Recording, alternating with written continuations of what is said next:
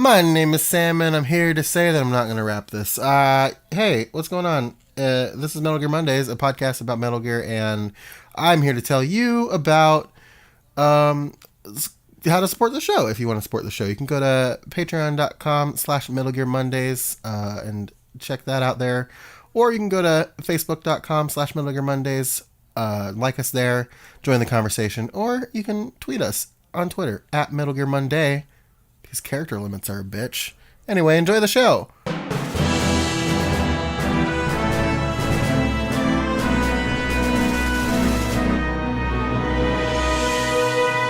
Ladies, gentlemen, boys, and girls, welcome to episode number extra op 06 of Metal Gear Mondays, the internet's most thorough Metal Gear Solid podcast.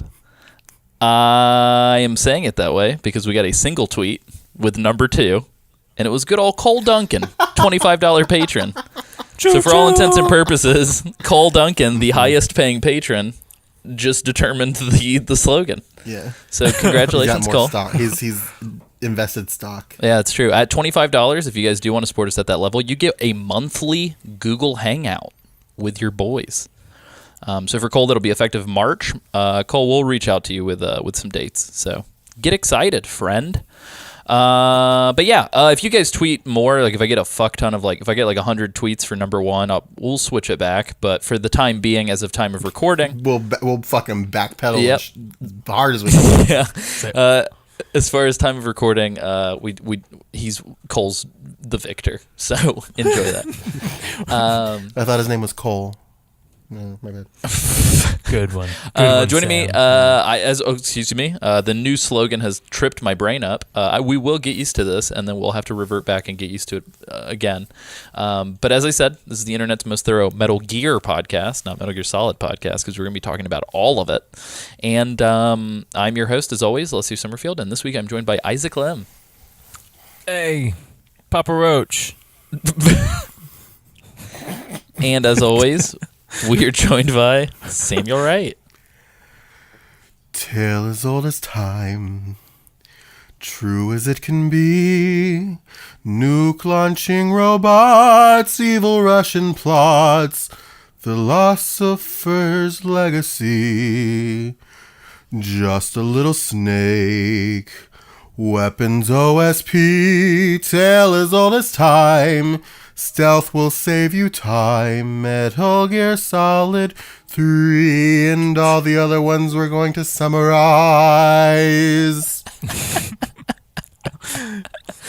That was very Nice. good. I enjoyed that. Thank you. Thank you, Sam. Thank you. As always, the best singer in the group. How long Sam. did that take?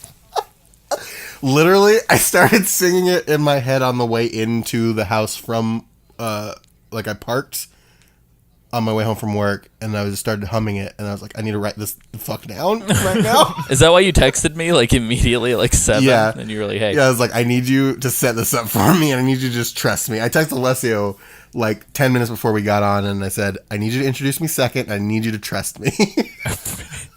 I love it. Do you see what trust does, you guys? Trust brings friends together. Yeah. But yeah, as Sam so eloquently put in that beautiful song, we are talking about all of it. We're covering the full gamut of Metal Gear plot, leading us up to Ground Zeroes. So for everybody who's been like, oh, we want you guys to talk about lore and characters and story, well, you know what? It's happening. It's finally happening. Not to disqualify the fact that we cover all the plot while we're playing the games, but you know what I'm saying. Yeah. My favorite part about this is that we're doing this in the run-up to Ground Zeroes and Metal Gear Solid 5. We still got 2 more extra ops before you get there, baby. Yeah, so we should probably cover that too. I think we covered it at the top of last episode, or bottom of last episode, right? At the bottom of 95. I think so, yeah. But we'll cover it again if you guys are like, God damn, those Metal Gear boys are really trying not to play 5. Couple cock teases. Oh, I've been playing the fuck out of 5. Yeah, and I will Holy be shit, have I diving been in. playing 5. Yeah, I'll be diving in very soon. But we've got a wonderful interview lined up with a Terry Wolf of Meta Gear Solid. and the Kojima Code lined up for you guys, and that kind of shook up our season structure just a little bit. And so we wanted to cover the book, and we wanted to talk to Terry, and so we wanted to make some time for that, but also allow for time for us to play the games properly to cover Ground Zeroes and 5. I am at a fast rate running out of time in every given day to do things, and so having a little bit of extra time was super helpful. So we definitely didn't want to rush through. We didn't want to make you guys wait for 3 years and then fuck it up. So here we are doing it right. So that's about the oh my the god, gist. if you're a patron, you're gonna see my notes. I for sure am not gonna fuck this up. Yes. And You're gonna see it. It's gonna happen. It's fucking nuts. yeah, and so just to plug Patreon one more time, $5 or higher, you get the show notes. For these extra ops, I will provide some show notes for the book episode and for the interview with Terry, but for the most part, the extra ops aren't necessarily unscripted. They're just like way less meticulously planned because these episodes exist to kind of allow us free space to talk about things that we want to talk about, but also allow us time to prep for bigger episodes. So you will not be receiving show notes for this episode necessarily. You'll probably get like a one-page PDF with some links and stuff, but that's about it. But in general, you guys know the drill. Everybody gets a crazy amount of show notes from all of us when we do the mainline episodes. So without further ado, let's start spitting some rhymes about Metal Gear.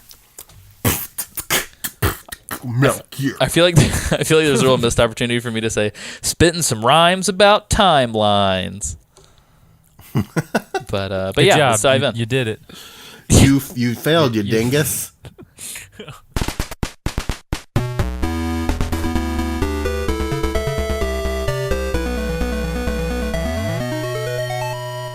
So Sam had a very good idea, which I will take into consideration and which we will be doing. Let's talk about Solid Snake first and then go back and talk about Big Boss. It's like Star Wars, Yeah, so except better. So I will say this, we are going to be looking at a couple different timelines to kind of base our discussion off of. So one, there's an awesome website. It's called MetalGearTimeline.com.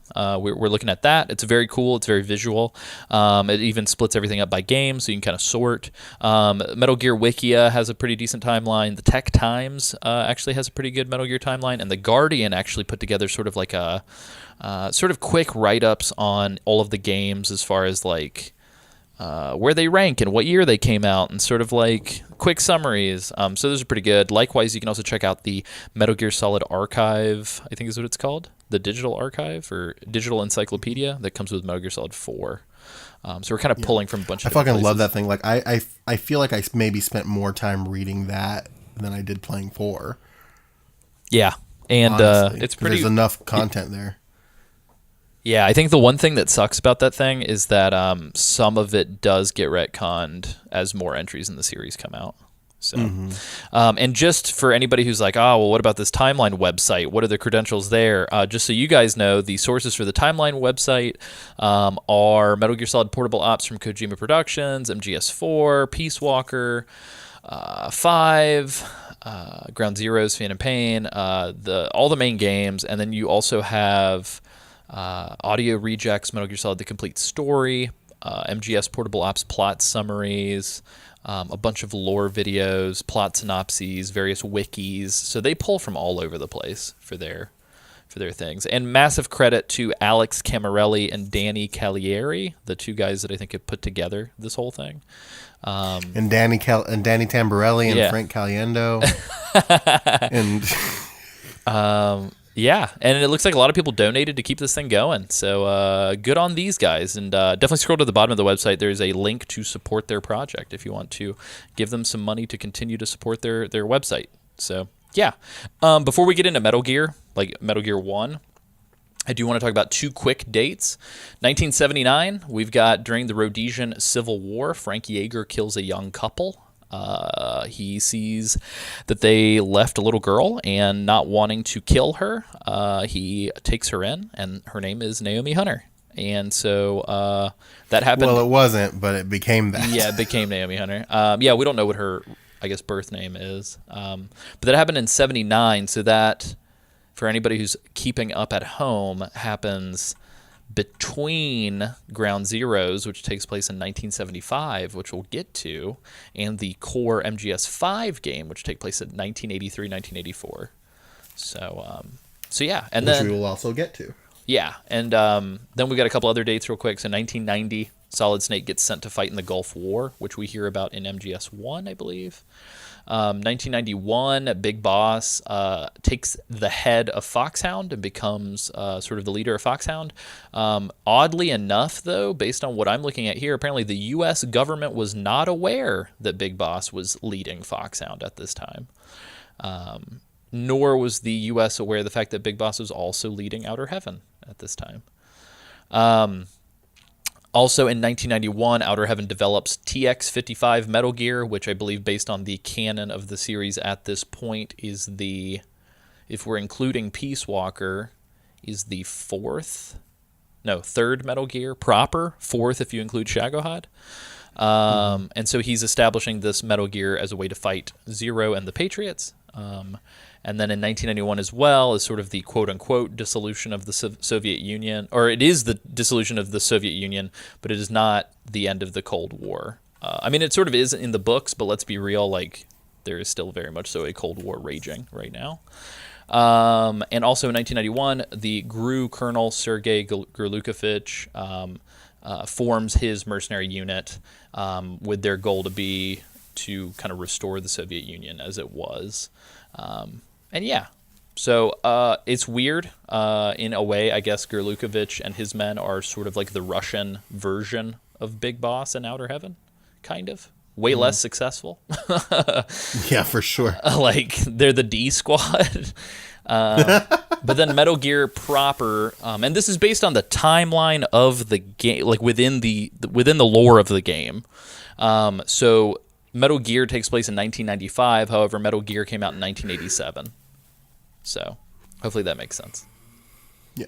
But yeah, let's talk Metal Gear 1. And we're talking MSX2 version, not the NES version. The good one? Yeah, so technically... The proper one? Yeah, technically the NES version is not canon, so we are not talking about that one. But you can play the MSX2 version on the PS2 with Subsistence, on the PS3 with the HD Collection, 360 with the HD Collection, PS Vita as part of the Subsistence HD, MGS3.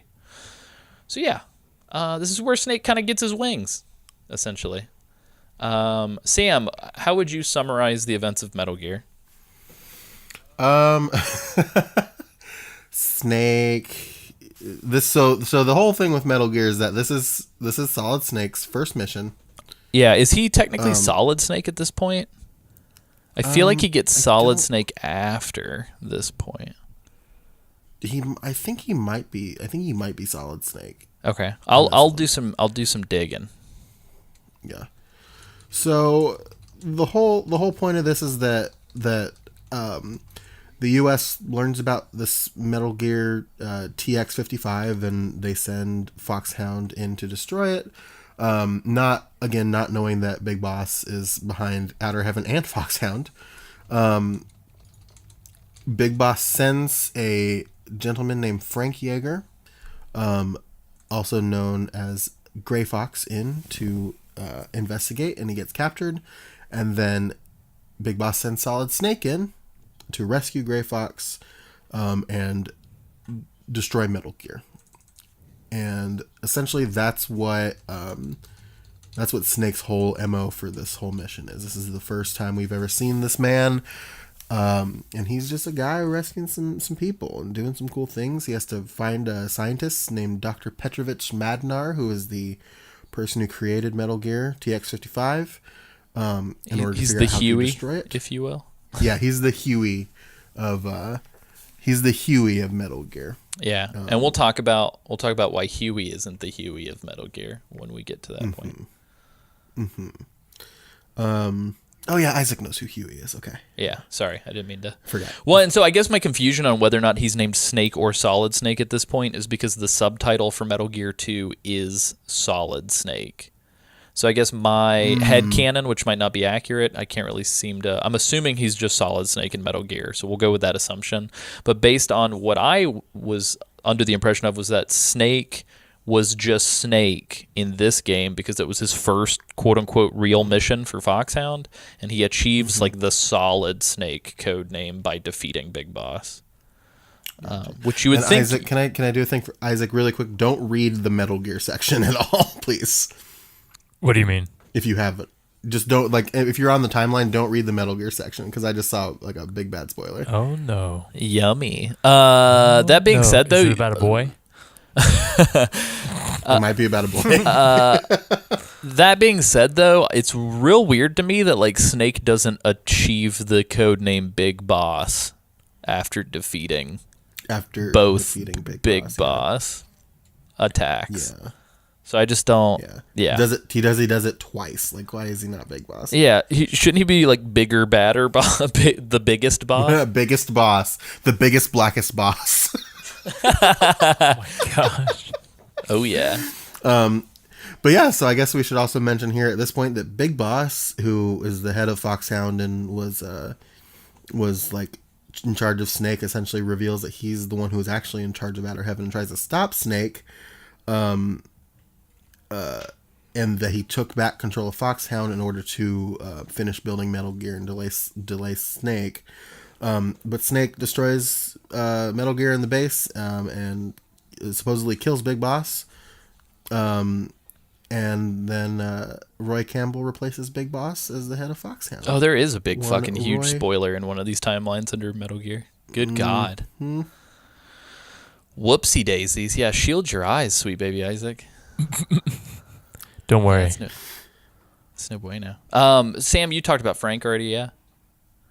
Yeah. Okay, yeah. Frank. Snake rescued Frank. Yeah, this Snake is our- rescued Frank, who else goes by the code name of Gray Fox. Yep. This is our introduction to him. I believe that Frank is also in the NES version. So Gray Fox does appear in the NES version, I believe.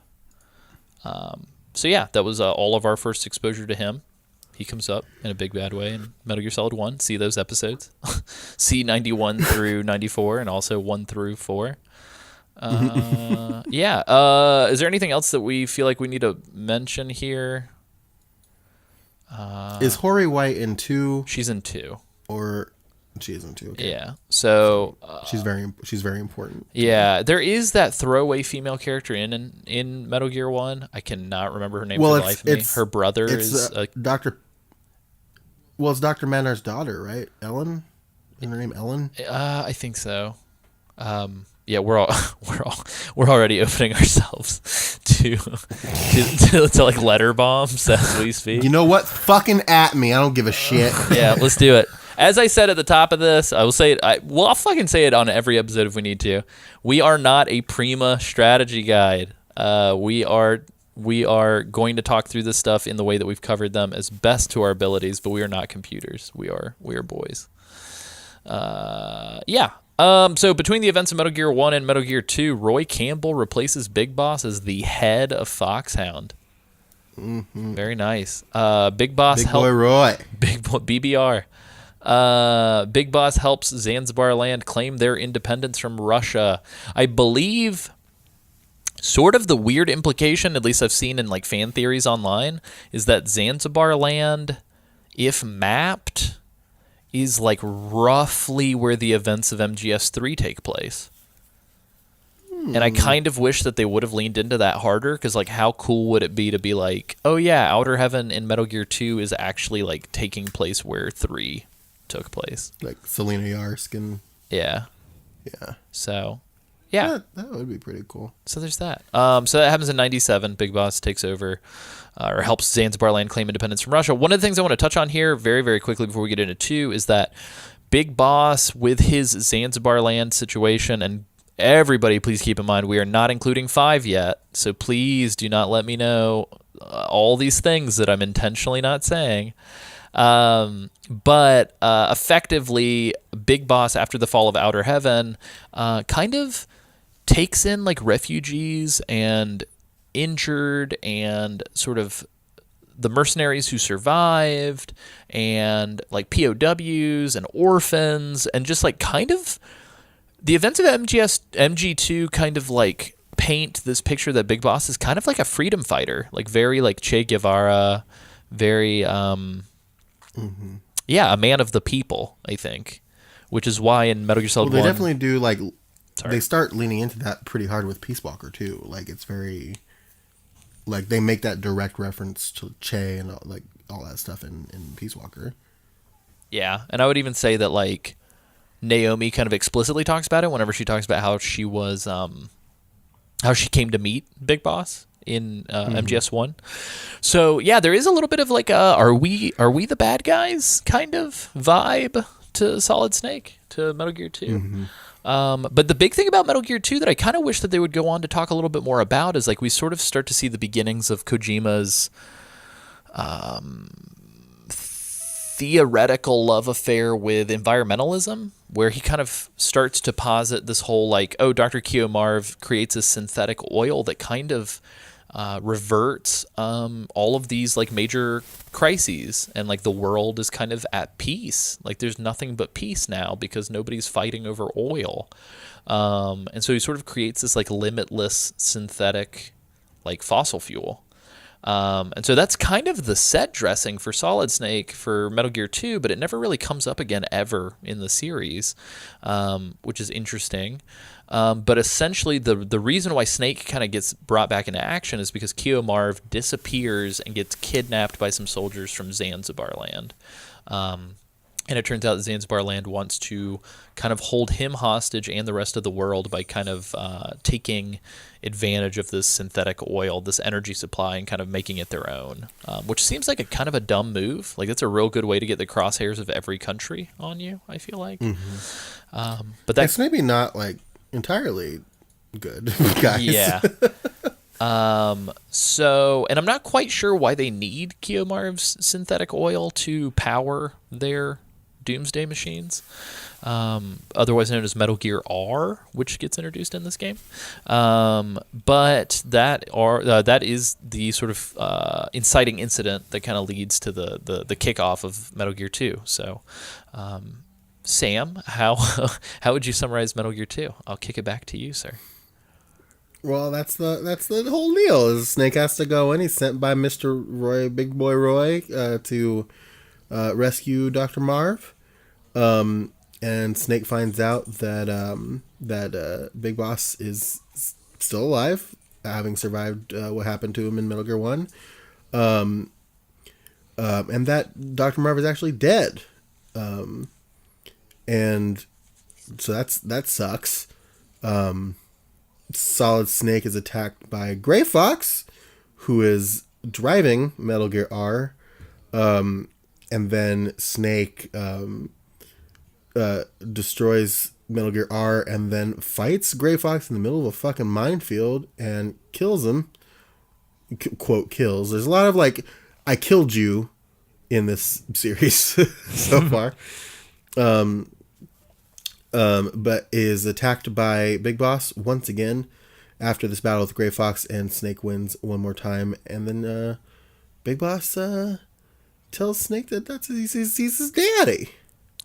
Yeah, and that's sort of a little bit of an interesting point. I believe, I need to double check this, but I believe that Big Boss telling Snake that he's his dad only happens in sort of the kind of remastered mobile cell phone version that ended up on the subsistence disc. I think technically in the original version that's never said, and I think Metal Gear Solid 1 is the first time that sort of the gaming like public finds out. Reference. I believe. But I can do some research into that here in a second and kind of respond back. As far as the game is concerned, so the first game came out in 87, like we talked about. Metal Gear 2 came out in 1990 and actually came out on the same hardware. So you can definitely tell by playing the two. I would say Metal Gear 2 feels way more contemporary. Like it feels almost like playing Ghost Babel on the Game Boy Color. Like it almost feels like Metal Gear Solid in 2D, which is great because you can crawl. There's a codec. I mean, there's a codec in 1, but it's very rudimentary. But 2 kind of codifies all of the things that we will kind of learn to associate with Metal Gear in sort of a higher fidelity than before. Yeah, I don't know. I think I really enjoy Metal Gear 2. I don't know. Did either of you guys end up playing it for the show when we covered it, or was that just me, Cameron, and Nick? Maybe. I I'm trying to eventually remember. wound up. I didn't play it for the show, but I eventually did wind up playing it. Gotcha. Yeah, I really enjoy Metal Gear 2. I think it's like Metal Gear 1, in my opinion, I don't know, Metal Gear 1, to me, you kind of have to have like an FAQ pulled up. Like, it gets very esoteric and kind of hard to follow. I feel like Metal Gear 2, for all intents and purposes, I don't think I really needed a guide, because it's got like the mini map in the top right, and it like drops objectives as little dots. Like, it feels very player friendly. Does 2 have the jungles? Yeah, 2 does. Okay, yeah. Yeah, I like this game. One was the one with the owl though, right? 2 was with the owl. This that one, was yeah. like the Really? one, Oh, okay. the one esoteric Yeah, kind of shitty part, because it's right before the hang glider. I believe. Yeah. Okay. forgot But You about have to the trick. owl. You have to trick a boy into thinking it was nighttime. You know, I don't think I would They're real ever have figured that out. Yeah, that's back in fair. the day. Yeah, On my sorry own. about that. Game FAQ's user Doom Master Hell 3 years ago says that was a retcon. Big Boss never states to Snake that he is his father in Metal Gear 1 or 2. They added that info for Metal Gear Solid 1. I suspect Big Boss would have told him during their final battle in Metal Gear 2. That's my assumption. So thank you, Doom Master Hell, who is talking to Riku's _dad. Oh, So very nice. the same person. Yeah, interesting. But yeah, so right after this too, to kind of cover some quick things before we get to MGS 1, the Patriots retrieve the body of Big Boss at this time. Major Zero puts him into a cryogenic sleep using nanomachines, which is explicitly covered in Metal Gear Solid 4. Fun fact, if nanomachines come up, it's more than likely going to be Metal Gear Solid 4 information. But essentially, Major Zero's goal was to use Big Boss's genes to enhance soldiers. And so we see this kind of in action, though I would say we don't really see it in action. We're kind of told in Metal Gear Solid 1. The guards are really stupid, in my opinion, so I don't know if we could kind of tell by gameplay that these guys are beefed up. But Ocelot, around this time as well, in the year 1999, essentially kind of, this is the point in which he disagrees with the Patriots and kind of goes his own way, which is going to be important. In the year 2000, Roy Campbell leaves Foxhound. Snake also goes into retirement, I believe, around this time as well. Yeah, because isn't the implication that this is also his second mission? With Foxhound, yeah. I think before With Foxhound, Foxhound, he was a Green Beret. Yeah, and he's just like, "Fuck this, I'm done." Yeah, so Solid Snake goes into retirement, allegedly in Alaska, though I don't know if that's where he's at for the full 5 years between games, or 6 years between games, 1999 to 2005. But Liquid joins Foxhound and kind of rises through the ranks in the year 2000 as well. In 2001, Major Zero, getting older and kind of more decrepit and closer to kind of the way that we see him at the end of 4, starts kind of losing trust in humanity, and this is when he slowly starts to kind of have his cockamamie scheme about all these advanced AI and sort of the Guns of the Patriots, or excuse me, Sons of the Patriot system, or system. What is it? SOP. It's Sons SOP, of the Patriots. yeah. So it's Sons of the Patriots. Sons of the yeah. Patriots. So that's when sort of that system and the 4 core AIs with the fifth master one, which I believe is GW, I think, or is it JD? I think JD is the master one. GW is one of the 4, and that's also when Solidus Snake. We didn't really talk about this in Metal Gear Solid 1 in either of the times that we covered it, but Solidus from 2 sort of is the shadow hand that orchestrates the whole situation in Shadow Moses. He kind of gives Liquid some bait, and then uses Ocelot to, or I believe Ocelot contacts Solidus and tells him, like, I'm going to help you take revenge on the Patriots. And so that's kind of what kickstarts the events. 2003, Naomi Hunter kind of, it's unclear as to when she joins Foxhound, though I don't think she's an official member. I think she's there through the CIA, quote unquote. I'm assuming what is most likely, and we kind of have to use a little bit of imagination here, I believe that Ocelot is probably the one. If we had to pick one guy to be like a triple, quadruple crosser, I'm assuming it's Ocelot who contacts Naomi to develop Fox Die. And so then they kind of squeeze her into the ranks. Into I think that makes sense too, based on like the conversation that he has with Solidus at the end, like at the post credits of Yeah. 1, because he mentions how he's going to keep an eye on the woman and things like that. So I think that's probably. Yeah, and I'm assuming he just kind of nudged her as well. I don't necessarily think it was as explicit as Ocelot picking up a phone and kind of giving her orders, as much as it probably was like proxies and people telling Naomi, like, this is how you can get revenge on the man who killed your brother, and blah, blah, blah. And so, Naomi in 2003 develops Foxdie, and her original plan is to sort of get revenge on Snake.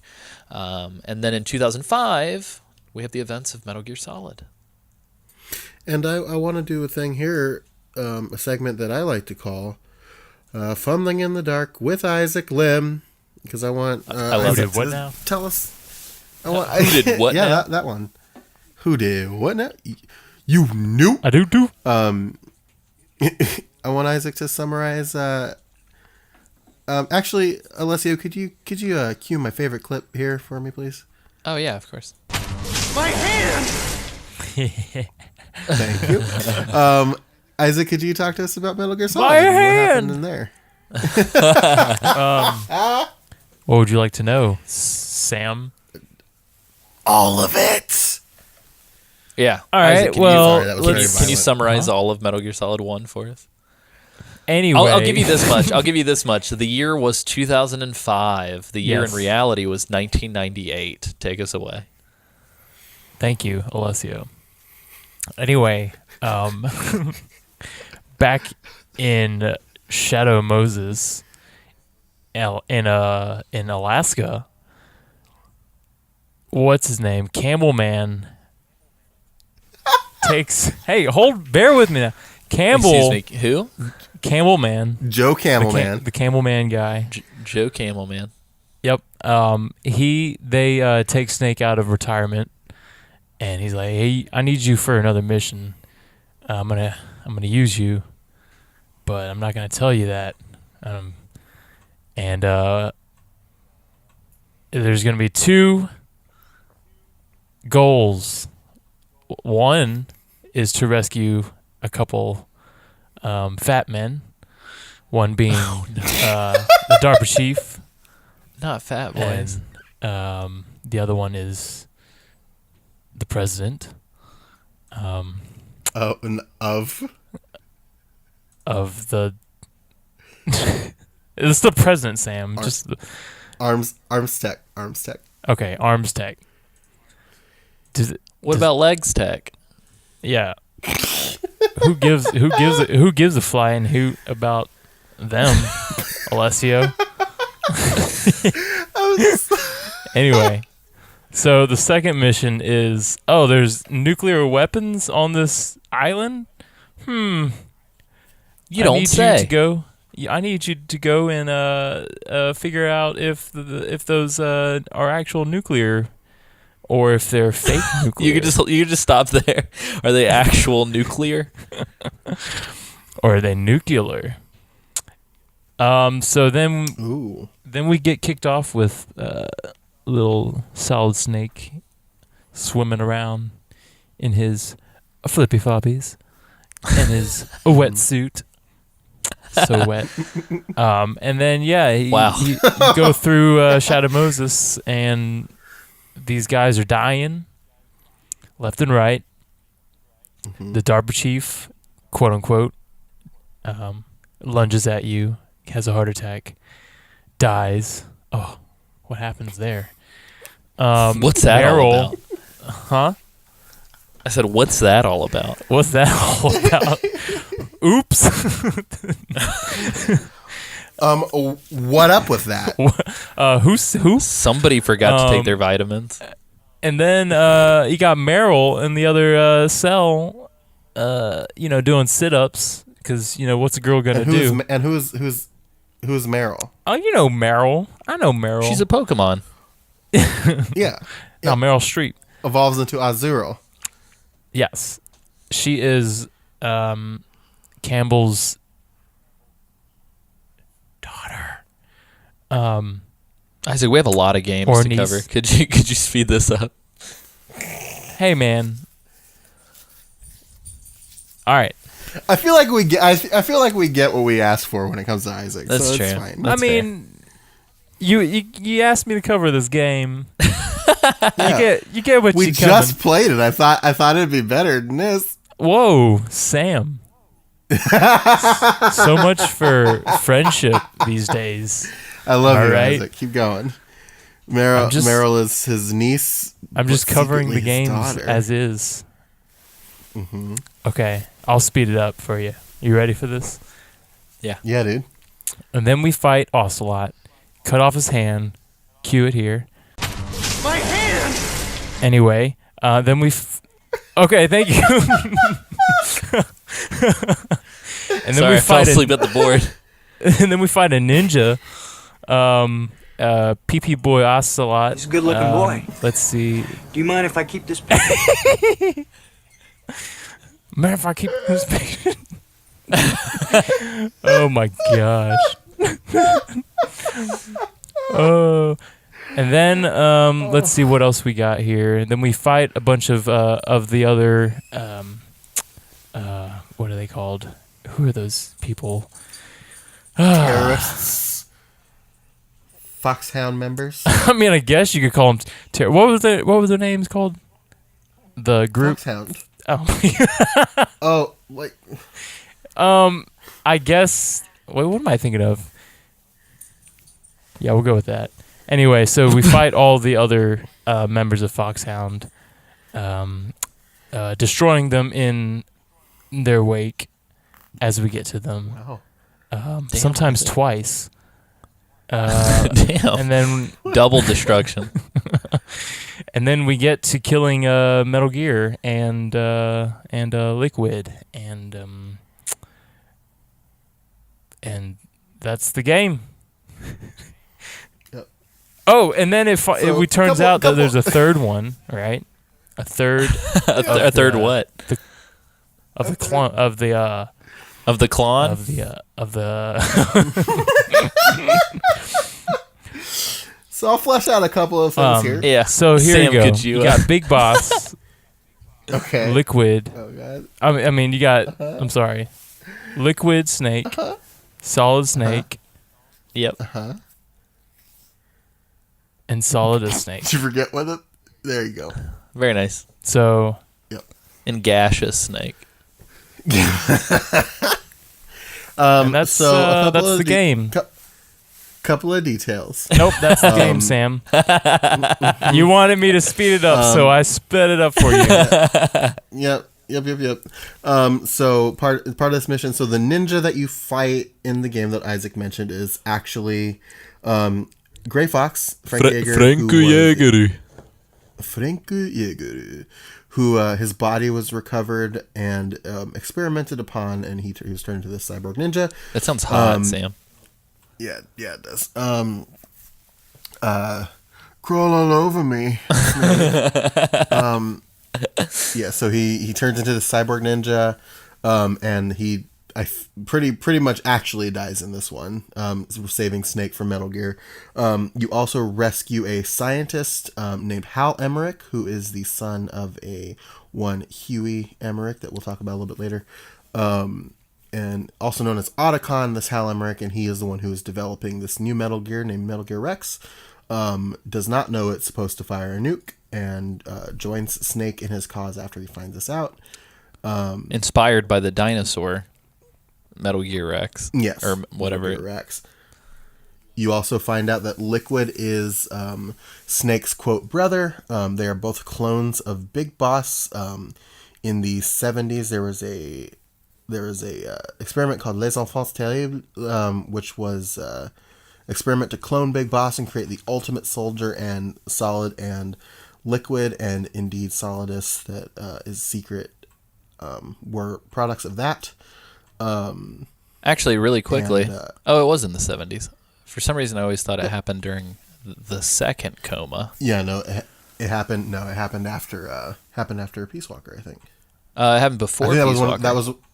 Did it? No, I thought it happened. It happened like it might have. It happened like that's the reason why him and Zero split off. I think is because of that. Yeah. So apparently, disagreements about that it looks like in 1972 and Peace Walker happens in 74. Okay, and then Yeah. but yeah. So that's some details there. Naomi.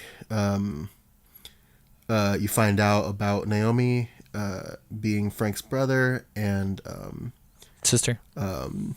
sister. Yeah. There's not that many That's plot the one. twists. No.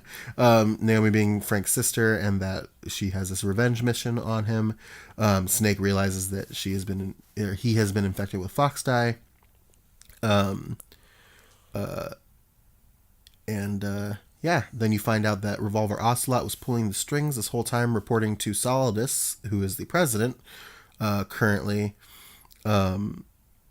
And that Ocelot, who is the only surviving member of this terrorist unit, reports that he has been working as a double agent in order to recover Rex's data for the United States.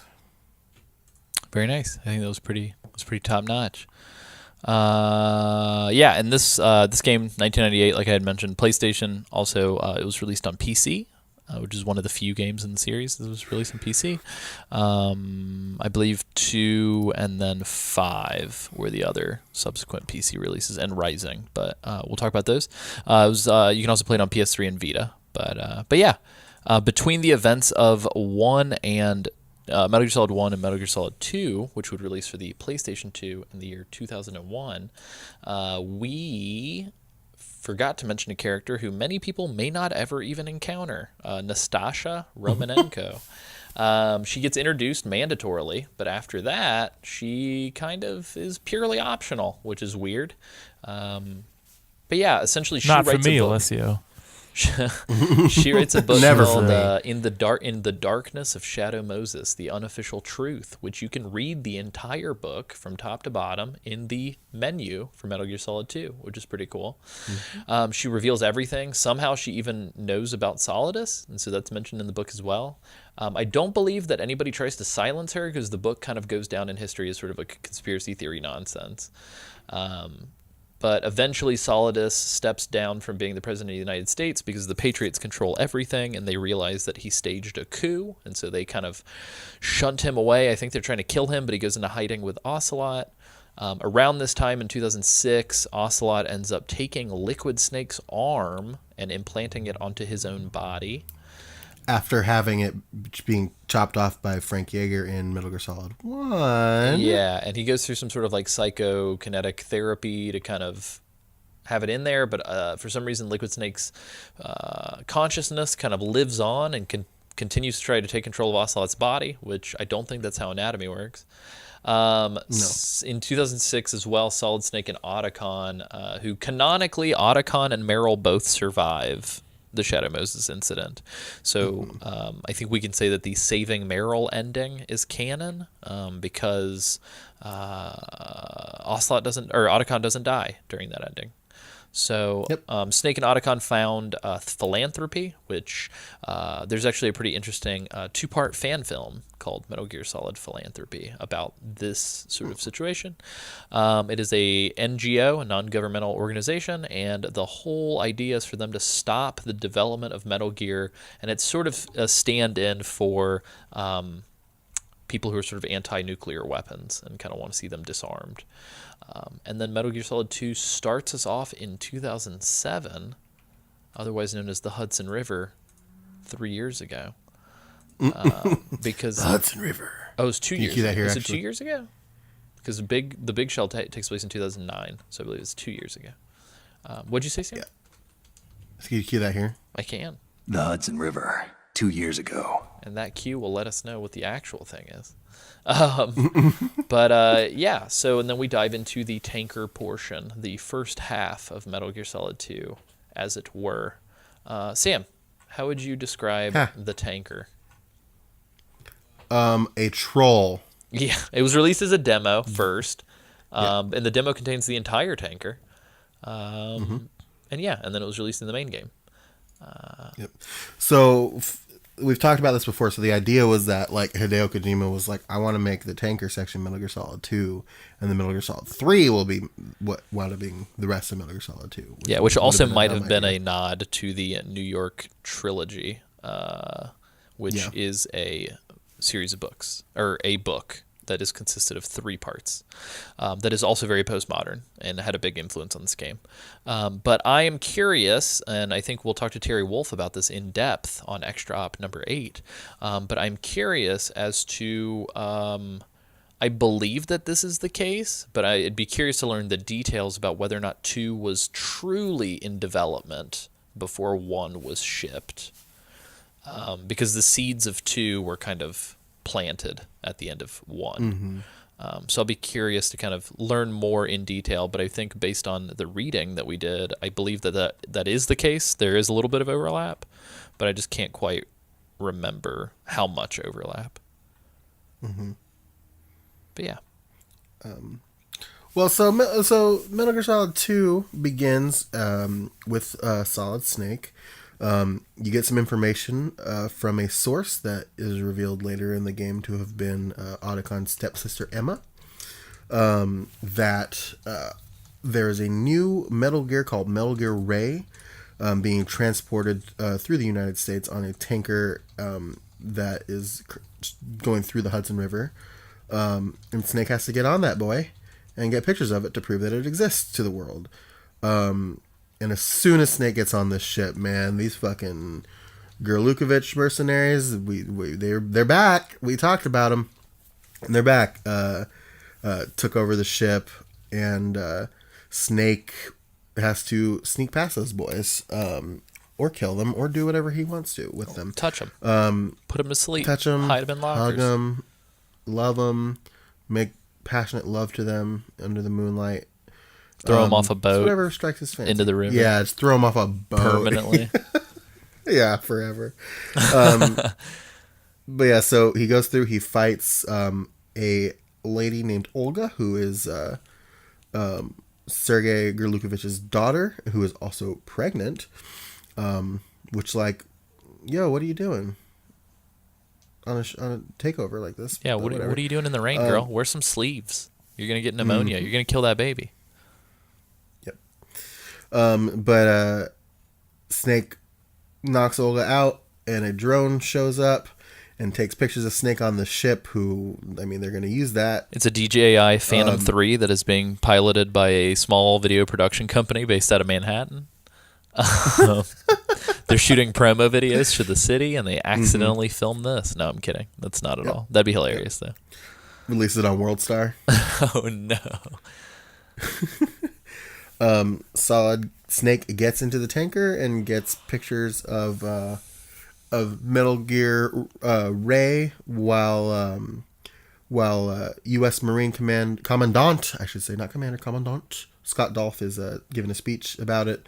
And then after the speech, before the speech, we get introduced to kitschy, super deformed, beautiful pixel art Otacon. Oh, yes. Which is one of the greatest characters in Metal Gear history. Mm-hmm. Yep, agreed. But yeah, so you get introduced to beautiful pixel art Otacon. You get the pictures of Scott Dolph and his soldiers potentially in their underwear. We don't, depending on how fast you get there. And after the speech is over, and you send the pictures on to Otacon, Ocelot and his weird hand shows up. Oh no! Along with Sergei Gurlukovich. My hand! Thank you. Along with Sergei Gurlukovich, who has taken Scott Dolph hostage. Ocelot, or Gurlukovich, says that he wants to take Ray and sell it to Russia, to revive it to its former glory, and Ocelot is like, nah, dude. And then Ocelot's like, I'm working for the Patriots, and Gurlukovich is mad because Ocelot betrayed him, and Ocelot like shoots Gurlukovich because he can draw his gun faster, and Ocelot kills Gurlukovich's soldiers, Scott Dolph, and then triggers some explosives that were on the tanker, and then kills Solid Snake. Ship. Yeah. Quote unquote. He quote unquote kills Solid Snake, but really Snake just escaped and went into hiding. And the Patriots forced the media to report that Snake had led the takeover of the tanker, and that the Navy had dispatched their Marines to defuse the threat.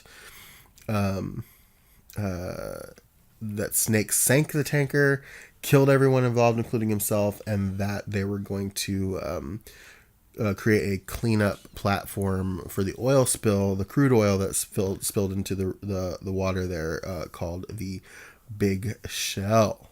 Which should be renamed the Big Sham when we realize that that's bullshit. Mm-hmm.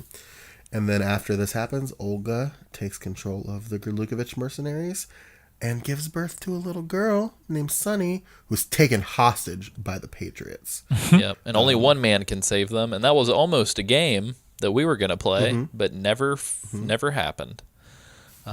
Originally, Metal Gear Rising was supposed to be us playing as Raiden to save Olga's daughter from the Patriots. And later, that was cut and shifted because that game went through production hell, and that is not what we played. I really kind of wish that would have been like a DLC or something. But alas, we never got to see any of that. But yeah, and then in 2009 is sort of when the game kind of picks up proper, based on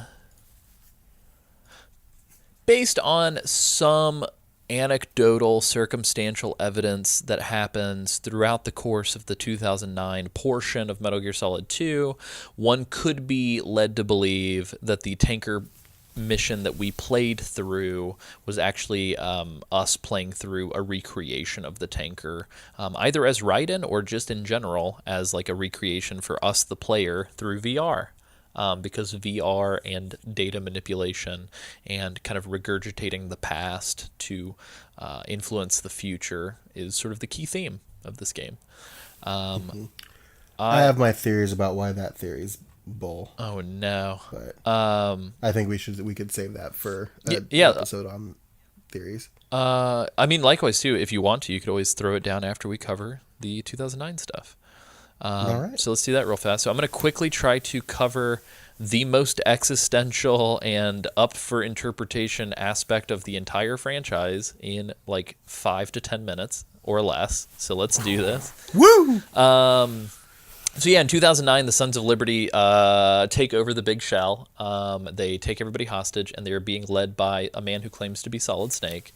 Initially, when we are introduced to this, our character is told that he is Solid Snake, and that among the hostages is President James Johnson. And the Sons of Liberty are holding the hostages and the president hostage, but they want $30 billion. And if their demands are not met, they will destroy the Big Shell, thus potentially pouring a fuck ton of crude oil into the Hudson River. Slowly, upon arriving, it becomes pretty evident that there is no crude oil being cleaned up here, and our Solid Snake gets renamed to Raiden. We discover that he is not Solid Snake, but so begins sort of the internal theme of everyone being Squidward, Solid Snake, and that sort of plays directly into what the game is trying to say, is that it's sort of like Into the Spider-Verse, where it's like everybody is Spider-Man. Here, likewise, everyone can be Solid Snake. But alas, even you. Yeah. And Raiden is sort of almost explicitly so, depending on if you put your name on the dog tags, is supposed to be a stand-in for us, the player.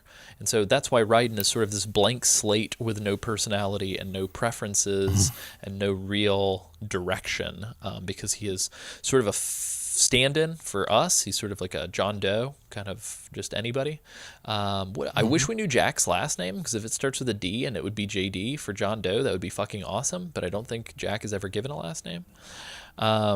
But anyway, so Foxhound, quote-unquote, sends in Raiden. However, Foxhound has been disbanded, and this becomes a plot point where it is revealed that the colonel who we've been talking to is actually a computer program, and there is no Foxhound, and that this whole thing was set up as a simulation to train Raiden in a sequence of events very similar to Shadow Moses, kind of taking the whole formulaic approach to game design, which you can see with things like Zelda, Metroid, Metal Gear Solid, and kind of turning it on its head and turning it into a plot point, which I still to this day think is fucking awesome, and I wish Nintendo would do something similar with their games. They kind of do a little bit with Breath of the Wild, but not really. Anyway, The real Solid Snake turns out to be a guy named Pliskin, who is very evidently trying to hide. We all know that it's bullshit.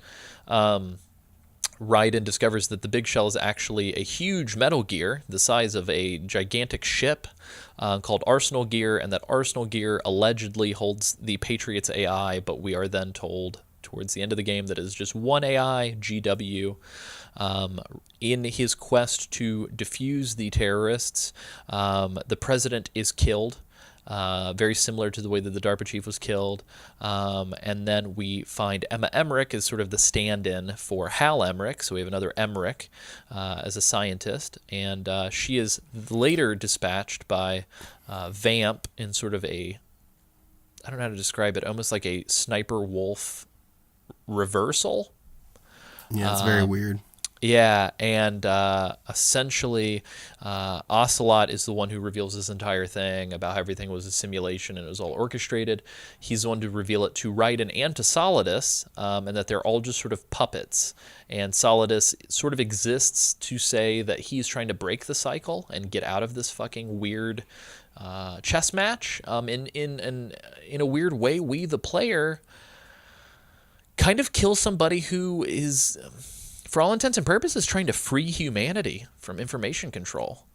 So one might say that Raiden killing Solidus at the end of this game kind of triggers this like post-apocalypse, crazy war culture, PMC, Patriot-controlled insanity that we discover in 4. So for all intents and purposes, Solidus was kind of a crazy person and an anarchist, but he was trying to do right. Very similar to Big Boss. And they do this thing at the end of the game where Solidus kind of reveals to Raiden that like he was the one who raised Raiden, like he was his foster father when he was a child soldier and things like that. Yeah, and that Jack blocked it out because it was so fucked up, like painful. And it kind of like mirrors the Metal Gear, like the original Metal Gear thing about like Solidus has his eye patch and Raiden's killing his dad, and it kind of reminds you of the first Metal Gear a little bit. Yeah, and one of the things I want to mention and about the second one. Yeah, one of the things I want to mention about the development sort of history is that due to 9/11, there was a cutscene removed from the game that's kind of jarring because we're on this giant Arsenal Gear boat, and then all of a sudden we're in the middle of New York City, and it's really unclear as to what the fuck happened. Well, what was supposed to happen was that this giant Metal Gear was going to be driven into the side of New York and destroy massive parts of the city, and thus thrusting our combatants into the heart of New York City after a massive terror attack. But this terror attack also turned, I guess for all intents and purposes, New York into sort of an escape from New York situation where it's kind of removed from the grid. And Solidus is making an attempt to turn this into his own outer heaven. And then Raiden dispatches him, and we get this great sort of closing statement where, up for interpretation, Raiden walks around the streets of New York after this huge terror attack with very little recognition from the people in the streets that he's walking through, who are kind of appearing out of thin air. And Solid Snake says, which is like strange because like, look, what is he wearing? Yeah, right. And he's got a sword on his back and like guns and stuff. Yeah. Well, maybe that's not even the weirdest thing that they've seen in New York that day. You know what I mean? Yeah, that's true. But I like to think that exists that way because it's trying to show us that like none of this was necessarily real. It was sort of there to kind of paint a picture. But Snake says to Raiden and to us, the player, hey, it's up to you to choose what you fight for, but make sure you fight for something that you believe in. And like, now you have an opportunity to kind of take your life into your own hands. And for all intents and purposes, this was meant to be the end of Metal Gear. This was supposed to be sort of Kojima saying to us, go live your life, quit playing video games, go take advantage of the gift that you have been given, and make sure nobody tries to control your shit. And alas, here we are in 2019, and we live in the future that was presented in Metal Gear Solid 2, and Snake's not here to save us. So, yeah. I mean, he might be. Yeah, that's true. He might be somewhere. But yeah, that's Metal Gear Solid 2. Sam, tell us about your anti-VR tanker theory. I feel like so at the time that this was all happening, like the idea is that Raiden didn't have any idea about the Patriots or anything like that at the beginning. Why would the Patriots present some type of VR replica of the tanker that paints Snake as like Solid Snake as like this as the good guy. So the way that I took it is there are lines in cutscenes where Raiden is talking about the number of VR missions that he's done. And there are also lines where he's talking to Snake, and Snake mentions the tanker incident, and Raiden says that he's run through that scenario in VR. Which So like yeah, so I remember that, which Yeah, which I think it's totally fine, but I don't think it necessarily means that the incident itself that we played through was the simulation, because you can change a simulation to be what you want it to be, and I don't think that. That's a good point. Yeah. Yeah, that's actually a very good point. But yeah, I think even if you do buy into that portion of the game being VR, if it was, I think the implication is not that we're playing it in 2009 when the mission begins, but that we're playing it while Raiden was training, if that makes sense. Gotcha. Okay. And I do think that to some extent there are a subsect of people that believe that Metal Gear Solid 1 itself was us kind of playing through our own VR mission as well. And that's why it feels very gamey, that like sort of all the games have been sort of us as Raiden playing through them. And that's kind of why it's also up to interpretation. Fuck, man, is Tetris a VR mission too? Like, what the shit? Well, I think the implication is that like if Raiden is a stand-in for us, we've been playing these video games all these years, and so that's Meaning why that we are Raiden. Yeah. So I don't know. It's just fun to think about. None of this is fucking gospel, but we will have the man himself, in my opinion, the fella who invented the VR interpretation and codified it on a website in 2008, Terry Wolf, in 2 episodes. So if you want to listen, if you want to listen to him defend his theory, we'll talk about it there. But yeah, real quick, again, sort of interstitially, we're going to jump from 2 to 4 here. But in 2011, which is 2 years after 2009, the Patriots complete development of an Arsenal Gear battleship sort of 2.0, like the kind of updated version of what we encountered in 2. This ship is going to be stolen in MGS4 by Ocelot, Liquid Ocelot, who will rename it Outer Haven. And then we'll put the fucking, like Rushmore effigies of all the Snake's heads on the side of the ship, which is real dumb. But then he hides the ship in Shadow Moses, which is going to be sick. 2012, Raiden rescues Sonny from the Patriots as part of like a trade. Essentially, he trades saving Sonny for Olga to tell him where, I believe, where the Patriots are. Or at least where the ship is. Because he then, in 4, gives that information to Snake. Yep. And then Sonny goes on to live with Otacon and Snake. And with her 2 dads. yeah, and then we dive into 4. Isaac, I'm really curious. What can you tell us that you remember from 4? Ooh. It was a long time ago. Yeah, we covered it a long time ago, and it is arguably the most convoluted plot in all of Metal Gear. So like even like anything that you say right now is probably right. Well, let's see. I know that Snake is super old. You know, He's got his gray hair going for him. Technically, he's only old because he's a clone. And he's aging like fast or something with rapidly. Yes, and he's like 'cause degrading the and stuff. falling apart as we play the game. He's just like, his hand. He's got a sick mustache. That's true. That's true. But then,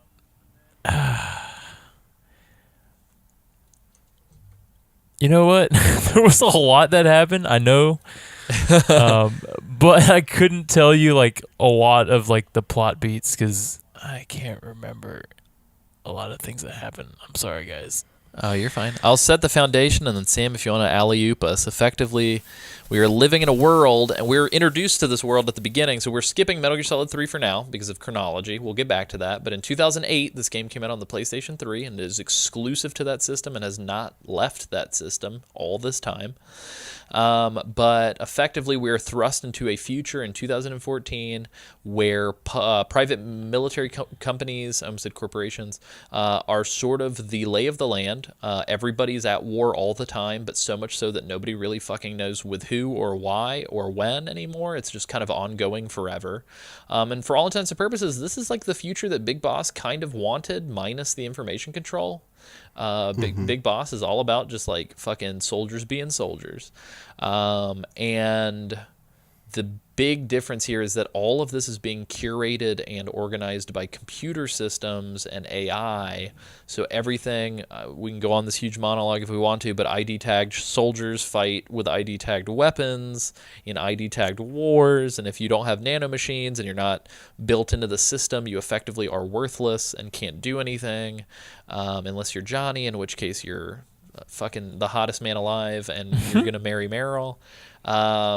But effectively, this is sort of this weird Johnny techno dystopian hellscape that apparently David Hayter exists in as a real human, because of this cool. Before the game begins, we're given these TV commercials kind of showing us what the real world looks like in this era, and we're shown like commercials for these PMCs, commercials for technology, food shows, interviews with David Hayter, the actor. It's very cool, and very scary. Who is for some reason wearing a solid eye patch like Snake in the game. Yes, it's very interesting. But yeah, and then we are thrust very quickly into conflict as old Snake. Yeah.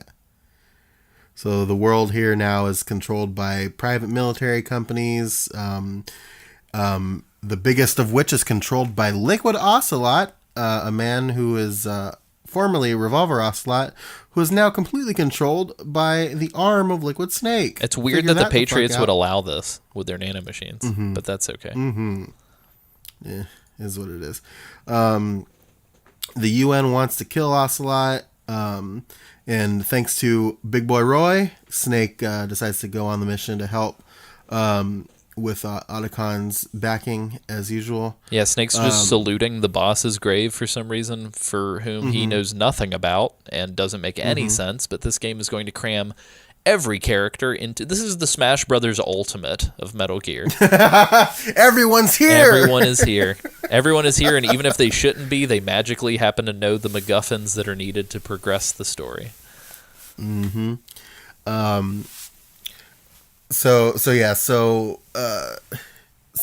Snake goes on his mission. Sonny cooks some eggs real badly. Classic. Classic. Snake attempt to kill Liquid goes real bad. Finds out that Naomi is being held captive, quote, by Liquid. And she hotter now. Yeah, she hotter now. And she hot for that Otacon booty. Oh yeah, who's not? Otacon pretty hot himself. He's got that dad look at him. He's got like a dad bod. He's got that fuck, what's his name from Final Fantasy 15? He's got that Ignis look. He does got that Ignis look. Right my lip. Cook Zaddy. for me. Cook for me. Otacon's a zaddy is what Otacon is. But yeah, so Otacon's got that turtleneck and chain. Oh yeah. Snake then goes and rescues Naomi, who explains that the Fox dye in his virus has mutated. Yeah, we get this real gross scene where Naomi gives like what's the word? A physical to old man Snake, and we all have to be depressed and look at Snake's body. It's very weird. She like cries for him, like it's real rough. Yeah. She explains that Ocelot's goal is, or Liquid's goal is, that he wants to get Big Boss's body and access the Patriots' master AI to get control of all the nanomachines in the world, and then has to fight against a bunch of like little Metal Gears called geckos. We didn't reveal either that cows. Liquid has a superpower at this point where he can finger guns at people and all of their nanomachines will turn off. The fucked up part about this, and it's real gross, but when their nanomachines turn off, suddenly everybody is flooded with all of the emotions that have been suppressed for all this time. And so people like just literally fucking go crazy and throw up and poop and like lose their minds. Yeah. So, yep. Cool shit, literally. Yep. Yeah, so they're joined in this fight. They're saved by Raiden, who is now a kick-ass ninja. It's almost a big fuck you to us. We can't even play as him. Yeah. And then Liquid obtains Big Boss's body and shuts down all the PMCs except for his own, and plans to destroy the Patriots. And now to do this, he needs to get a nuclear weapon, and so that's not controlled by the Patriots. So where is this? Why it's Metal Gear Rex back at Shadow Moses. Whoa. So now you have to go back to Shadow Moses and kind of like relive all of the beats and the moments that you experienced in the first Metal Gear Solid. I do want to talk about one thing here. It's funny to me that none of these timelines that we're looking at say anything about the Beauty and the Beast core. Because, spoilers, they're just really, really poorly written rehashes of all of the previous bosses. One of the things that I never ever noticed the first time that we played through this is that, like, I think very clearly, like, they're called things that allude to their original Foxhound Metal Gear Solid 1 callbacks. So we've got, like, Laughing Octopus, Crying Wolf, like all these, like, they're using not only emotions like in MGS3, but they're also using the animals from MGS1. However, one of the things that I never noticed is they're all carrying weapons of Dead Cell members. So, so Wolf has the railgun that Fortune has. Yep. Also, like Fat Man, either his bomb suit or one other aspect of him exists on one of the other characters. And then I also believe that, who the fuck? Vamp. Oh man, I can't recall exactly what it is. It might be the knives. It's something, but they all have like an item from the Dead Cell. Yeah, because I think the Screaming Mantis has knives. Yeah. And then that's crazy. Yeah, and the Mantis equivalent has a Psycho Mantis and a Sorrow doll that she carries with her. But she also, I think, has another item from. She might be the one who has Vamp's knife because I think she can freeze you in place. That's what I. Yeah. Sorry, I keep confusing their names because I'm sorry, they're bad bosses, but. Yeah, It's Raging Raven, who is the flying one in Europe. It's Screaming Mantis, who is the psychic one. It's Laughing Octopus, who is that one, and then there's Crying Wolf, who is the wolf. Yeah, Laughing Octopus, in my opinion, is the best of all of them. She's a lot of fun to fight, absolutely. And she goes invisible, which is kind of a callback to Decoy. But they're all just beautiful women wearing robot suits, which we will kind of see a callback to in Rising. And they're all cannibals for some reason. Which is kind of fucked up. But anyway, sorry, continue with Shadow Moses, which is arguably one of the better acts in the game. Yeah, I think it's still, I think, one of my favorite like moments in the series is just going back to Shadow Moses, just reliving it. It's all decrepit and down. You do a bunch of fights, and you eventually kill Vamp, who came back. It's a long thing. Nanomachines. Nanomachines, yay! And you get to control Metal Gear Rex and fight a Metal Gear Ray that Liquid has taken care of. And then you get into this fight. Snake gets hurt real bad, and then Liquid summons this ship with the Mount Snakemore on it, Outer Haven, that crashes into Shadow Moses, and Raiden and Meryl's unit, the Rat Patrol, save Snake, and they get out of there. And that was that act there. Yeah, and then you tap X to not die in the microwave hallway. Mm-hmm. You have to infiltrate Outer Haven, and with the help of Mei Ling, who is now a naval officer. Yep. This Outer Haven part, by the way, is the only part of this game that feels like classic Metal Gear. Yeah, I can agree with that. So you sneak around, you fight another boss that isn't necessary, and to get to the defense system Outer Haven, which is the Patriots AI, you have to essentially go through this microwave hallway that is essentially cooking Snake from the inside out. It's very brutal. During this scene, you see clips of all of your people getting shot and things going badly. Johnny and Meryl fall in love. Mr. and Mrs. Smith style. Yep. But Snake makes it. There's this railgun attack that's going to launch a nuke, and using a Fox Alive virus that Naomi and Sonny created together. The virus destroys the Patriot system and destroys all AIs and nanomachines in the world, freeing it from the Patriots. And Liquid reveals that he mansplains Fox- that it was his plan all along. yeah, He's like, fuck those ladies, I did this. Yep. As a way to fulfill Big Boss's dream, and then they engage in one last duel on top of Outer Haven, where Liquid and Ocelot himself finally die. And yeah, it's pretty then, cool. It's sort of the anniversary celebration of Metal Gear fight. it was a really cool boss. I liked it a lot. Yeah, I agree. The old man fighting simulator, 2008. And then the most important plot point, that Johnny and Meryl get married. Which, yeah. Yeah, and then on a dire note, Snake decides to kill himself because he is a walking atom bomb, essentially, because of Fox Die. When he dies, everyone around him will die. And so he decides to we kind of Tarantino our way back to the graveyard.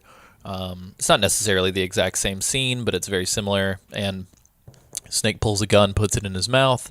Cut to black. We hear the gunshot go off. Roll credits, and then the game pauses over Big Boss's voice actor, which is weird. Big Boss wasn't in this game.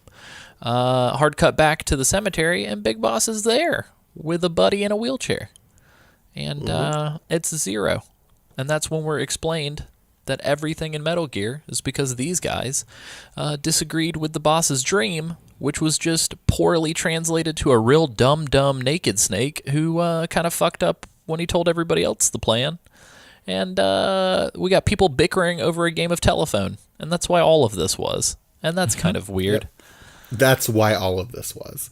Yeah, very Two weird. boys having a disagreement about a mentor. Yeah, a disagreement that I really hope we learn more about in 5, Sam. Wouldn't that be cool? Wouldn't that be cool? That would be really cool. That would be really cool. It'd be really cool. I hope we learn about real that. Cool. Yeah. I hope we get to see a young Zero in 5. How cool would that be? That'd be real cool. But Big Boss goes on this weird tirade talking about how the frozen body... quick. A disagreement, by the way, which I have gone on record as the series not earning in the slightest, because fucking Zero, they didn't... Fuck, what? When did Zero suddenly start caring so much about the boss? Like that... Like, so that's a big point. Going back to our boy Steak Bentley, talking about that sick, nasty 3-hour Metal Gear Solid 4 video. The problem that we recently talked about 5 minutes ago, about how this game just we're all here. They brought them all here. Yep. The problem is that you then start to have weird characters that have to be scapegoats for shit that didn't make sense. And it's weird that they picked this character to be... I just want to say it's weird that the Patriots are who they are, which, for the record, Sigint, Paramedic, Ocelot, Snake, and Zero are the Patriots, and Ava are the Patriots. I feel like that's Snake being Big Boss. Yeah. And that's only the case because they didn't fucking have anybody else to talk to. Like, they couldn't introduce a bunch of people that we didn't know at the end of this whole franchise. Like, that wouldn't have been satisfying. So instead, they pin it on a bunch of people who, for all intents and purposes, are telling goofy fucking stories about Godzilla on the radio. And it doesn't make any sense. And you want to know something crazy? The other thing, too, is that, like, Ocelot was part of this whole thing. Ocelot, and we're going to go into this here in a second, Ocelot's the boss's fucking son. Like, if you're going to have somebody be the big ultimate conflict character with Big Boss about the boss's will, why not have it be fucking Ocelot? Yeah, right? Like Big Boss and Ocelot, who've been rivals since 3.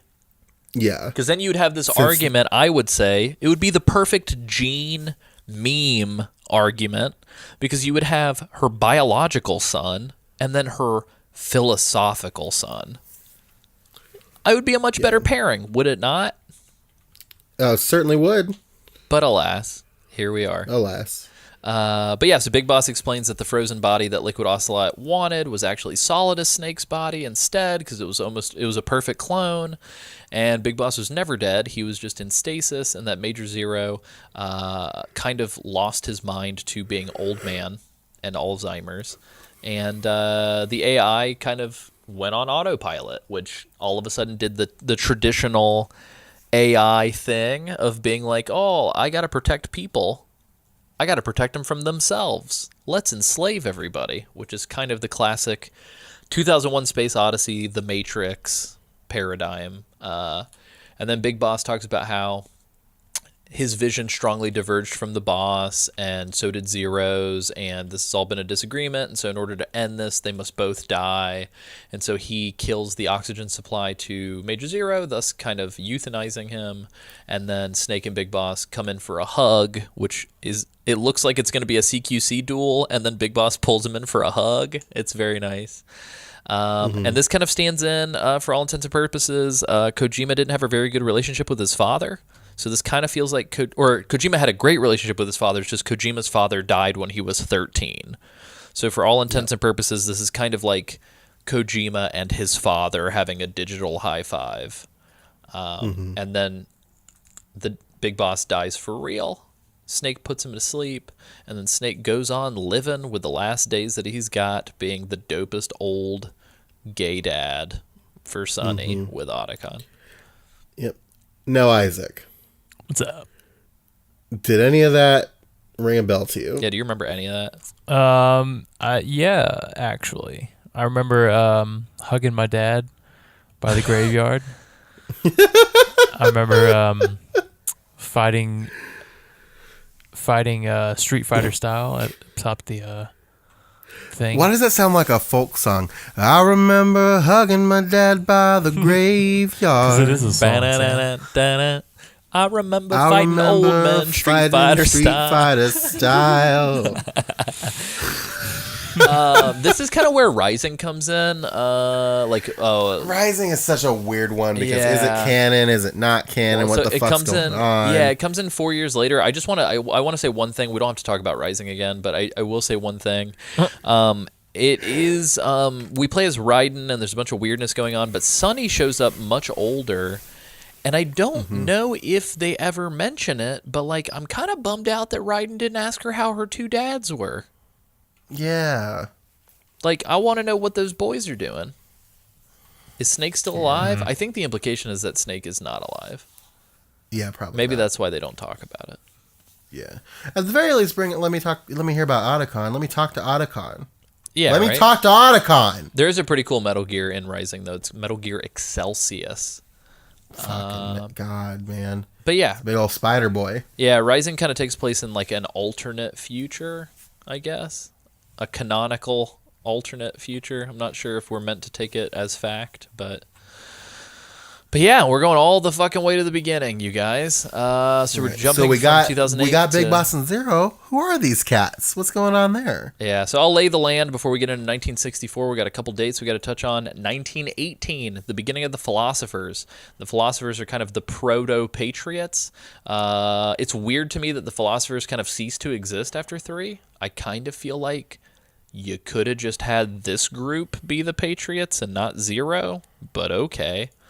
And essentially they are this like secret organization that is a combination of Russia, China, and the U.S. No one knows who the fuck they are. And so in 1939, during World War II, the Philosophers made a pact. This pact led to the Philosopher's Legacy. It was $100 billion, as well as the secret names of everybody in the group. In 1946, after World War II, and keep in mind, during World War II, the boss was in the trenches with her unit, the Cobras.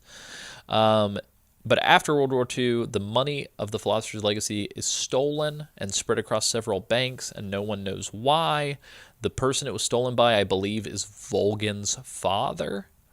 And there's this microfilm that suddenly is in the system kind of floating around, and the microfilm can expose the location of the legacy, and so this kind of becomes the big power vacuum.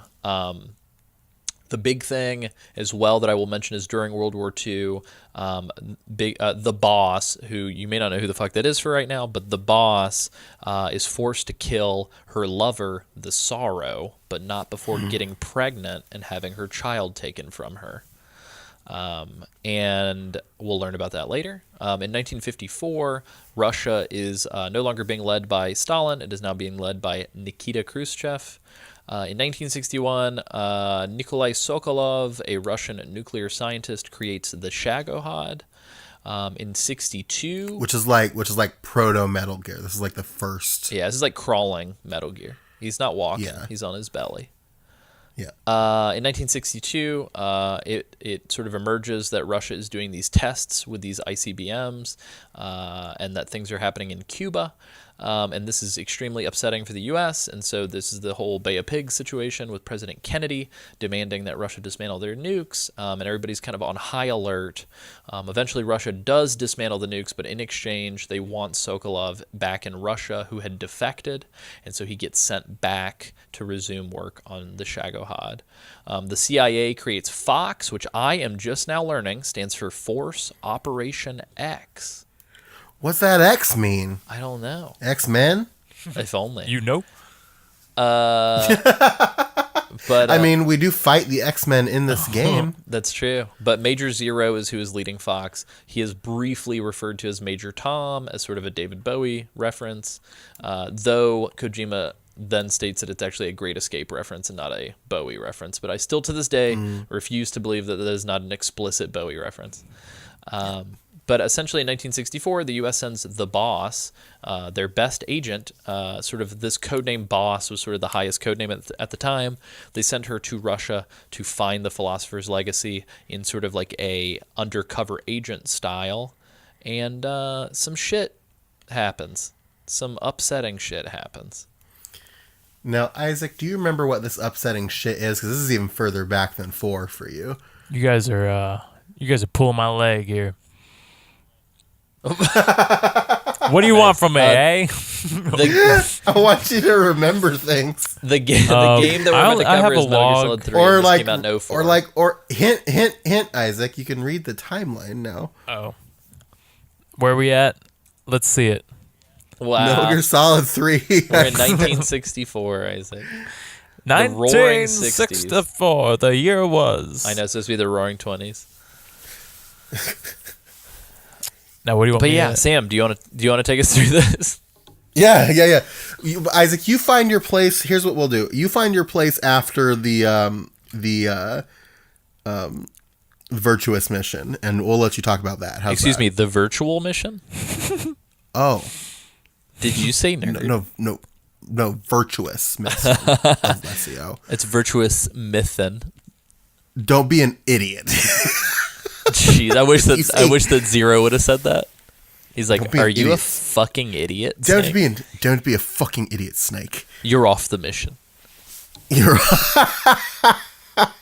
Did you say nerd? Jesus. But yeah, so take us through the virtuous mission, Sam. So while the boss is in Russia finding the Philosopher's Legacy, Fox sends their secret agent, Naked Snake. I'm not quite sure. Why do they send him? Oh, to recover Sokolov. To rescue Sokolov, yeah. So they send Snake to Russia to get Sokolov and destroy the Shagohod in a mission called the Virtuous Mission. Couldn't this all have been... Hold on. I don't mean to poke holes. Couldn't this all have been avoided if instead of Fox sending Naked Snake while Boss was undercover, if they just would have fucking waited until the Boss was done with her mission? That's the idea. I mean, then they wouldn't have been able to do that fun little twist. That's true. Anyway, keep going. But yeah, so Naked Snake is supported via radio by the other members of Fox, who is Major Zero, SIGINT, and Paramedic, who we established earlier became the Patriots. Part of those three plus Snake plus somebody we'll meet in a little bit. Well, and Paramedic is also allegedly Dr. Clark. who Yes. would later go on to turn Frank Yeager into a fucking monstrosity, Yep. who would then go on Yep, to yep, kill her. Yep. Yes, all true things. And also technically supported on the mission by the boss via radio. So Snake sneaks through this like forest area in Russia Poorly and fight- with bees. poorly. Yeah, bees, lots of stuff. Did he meet? Yeah, no, he meets our friend. Oh, that's Ocelot before. here. That's before, or that's after. Because that's Is when it after? I think so. Isn't that whenever he's supposed to meet up with Eva? Because you rescue Sokolov first, and then you get your shit pushed in and thrown off a bridge, and then you come back later. Yeah, and do you're that right. You're right because you come back for Sokolov. Yeah, You mean whatever. or you go back to You- kill boss. But yeah. Yeah.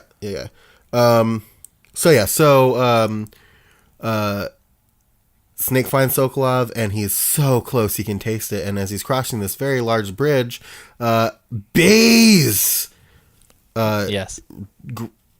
envelop them. A frogman kidnaps Sokolov and takes him into a helicopter. And we meet a ragtag group of X-Men. And then Snake is stopped by the boss. Quick question. I thought the boss got sent by the U.S. to apprehend the Philosopher's Legacy. I don't think the U.S. sent all of them. So why are they all here?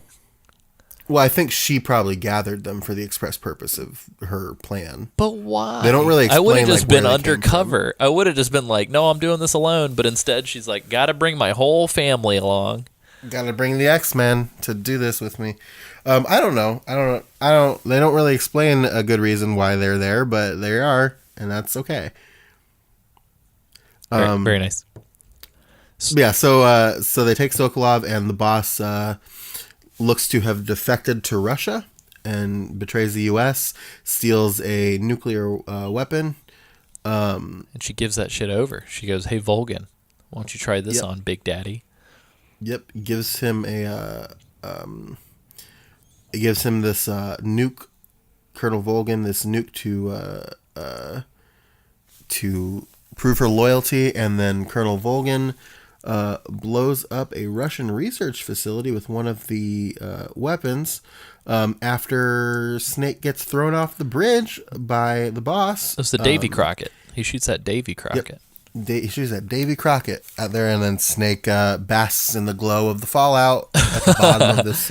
Irradiating his bottom of genes. this, I think that yeah. does make it to where he can't have kids, right? I think so. Yeah, I think that's loosely supposed to be why he can't procreate. Yep. Interesting. But yeah. So now that whole thing failed. Snake gets rescued, and try again tomorrow, man. Yeah, before we dive into the remainder of 1964, this is a crazy year for Snake.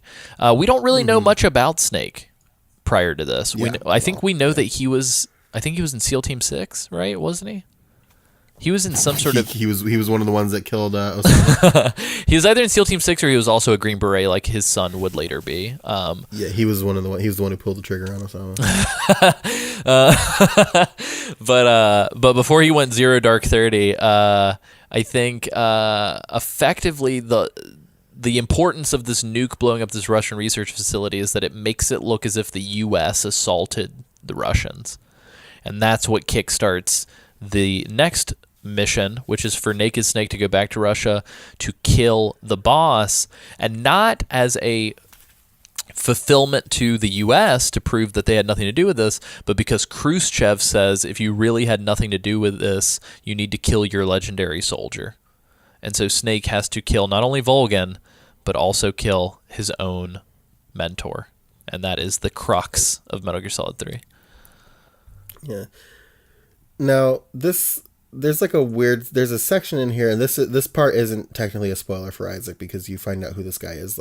You know what this guy is at the beginning of Ground Zeroes, but I did not know that little tidbit that Zero deploys Skullface to help Naked Snake during this mission. Oh, yeah, that happens. There's some voiceover.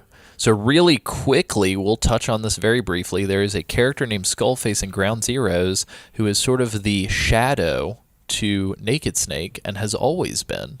Skullface, since the Operation Snake Eater, has been the cleanup crew to Naked Snake's missions. So every time Naked Snake shows up and does all this crazy shit, there's a team of people that come in behind him to clean everything up, and that is who Skullface is. So like every time you leave a room and the guys are gone, that was Skullface? Yeah, allegedly. So Skullface is like the bizarro big boss. He's like he's the Naked Snake that no one ever saw. He's the janitor to the Foxhound, to Fox, excuse me. Which is what XOF is supposed to be. Yeah, they're sort of the dark web, if you will. But yeah, so allegedly he's been there. Yeah, allegedly he's been there all along, and I think that's said in one of the tapes in Ground Zeroes. But yeah, fun facts. I love Isaac, Ground Zeroes. Sorry, Ground Zeroes is very good. You ready to guide us through this, Isaac? Oh, I'm here. So we're at Adam and Eva. Adam and Eva. Did you fall asleep? All right. Let's see what I can do. I'm just gonna don't wing it, I'm Isaac. gonna pace us through this. All right, you ready for this? Don't wing it. So Jesus, we're back in Russia. All right. The KGB is gonna have two NSA agents meet Snake and help. Adam and weird Eve. that they would provide help to somebody who they want to do a thing to prove loyalty, but that's okay. Yes. And so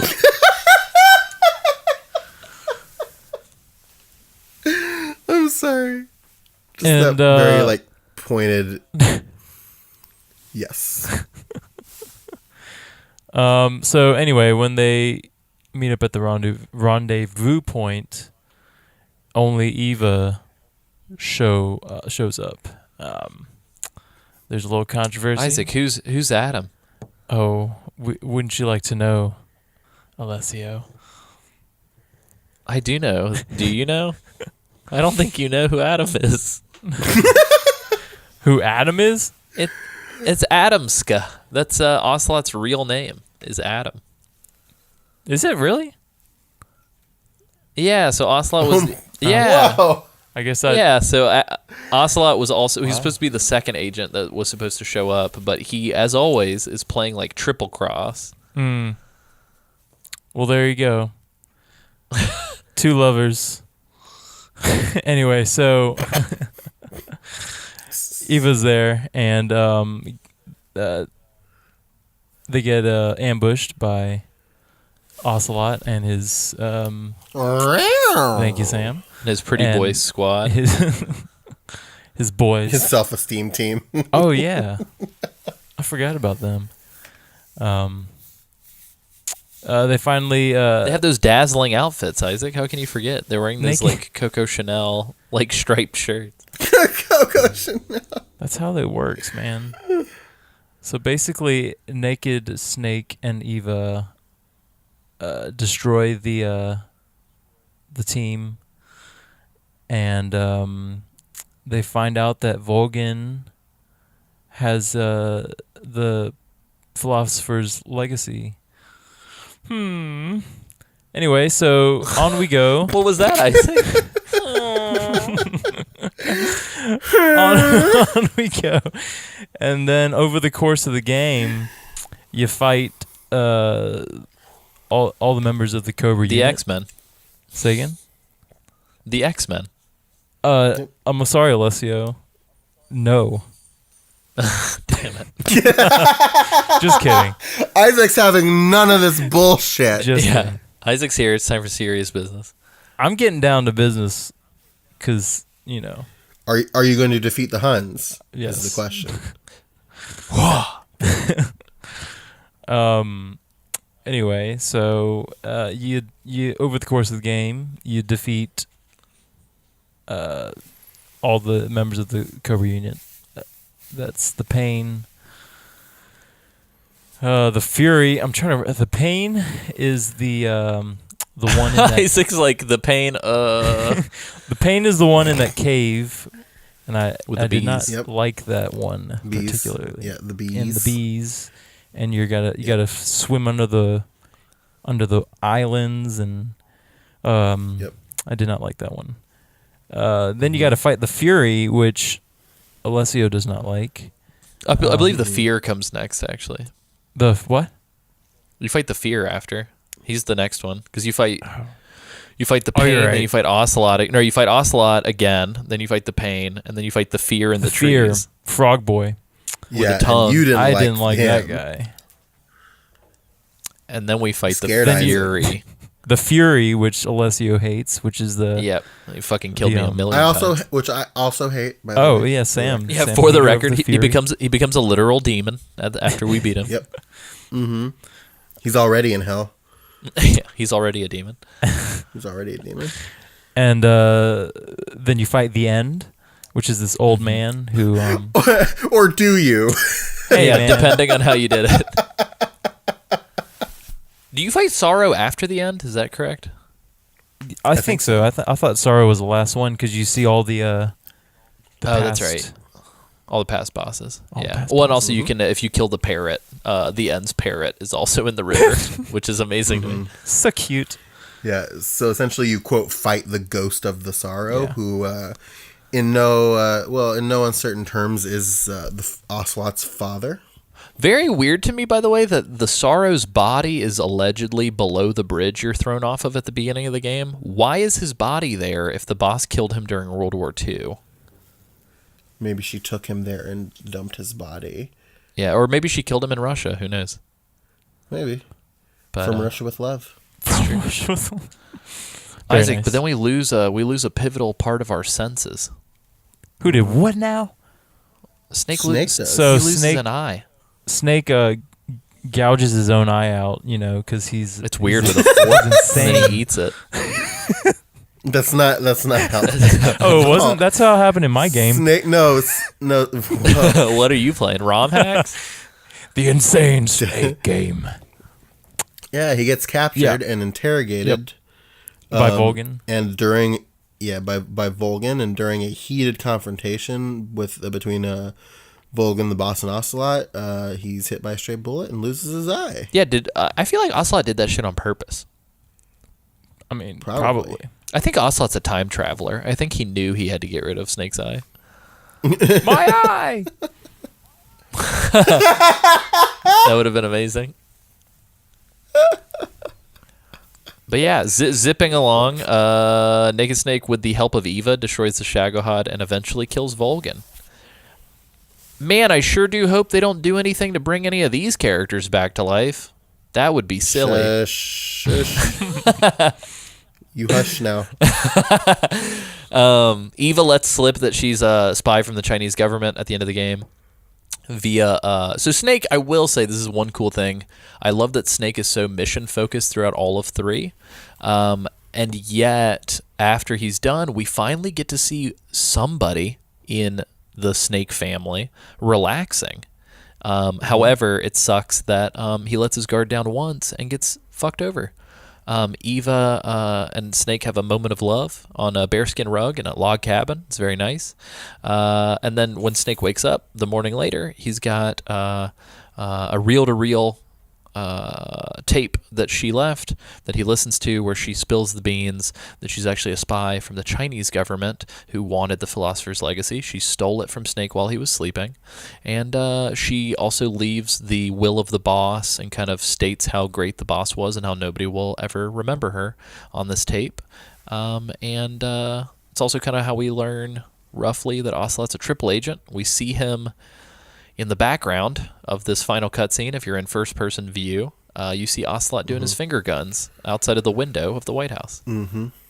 Well, you find out that the microfilm that had the Philosopher's Legacy on it, that Eva thought she stole, was a fake. Ocelot actually had the real one, and he was like a septuple agent or whatever the fuck at this point. And that he was the Adam that was supposed to meet Snake. It's Ocelot and Kate and- plus 8. Yep.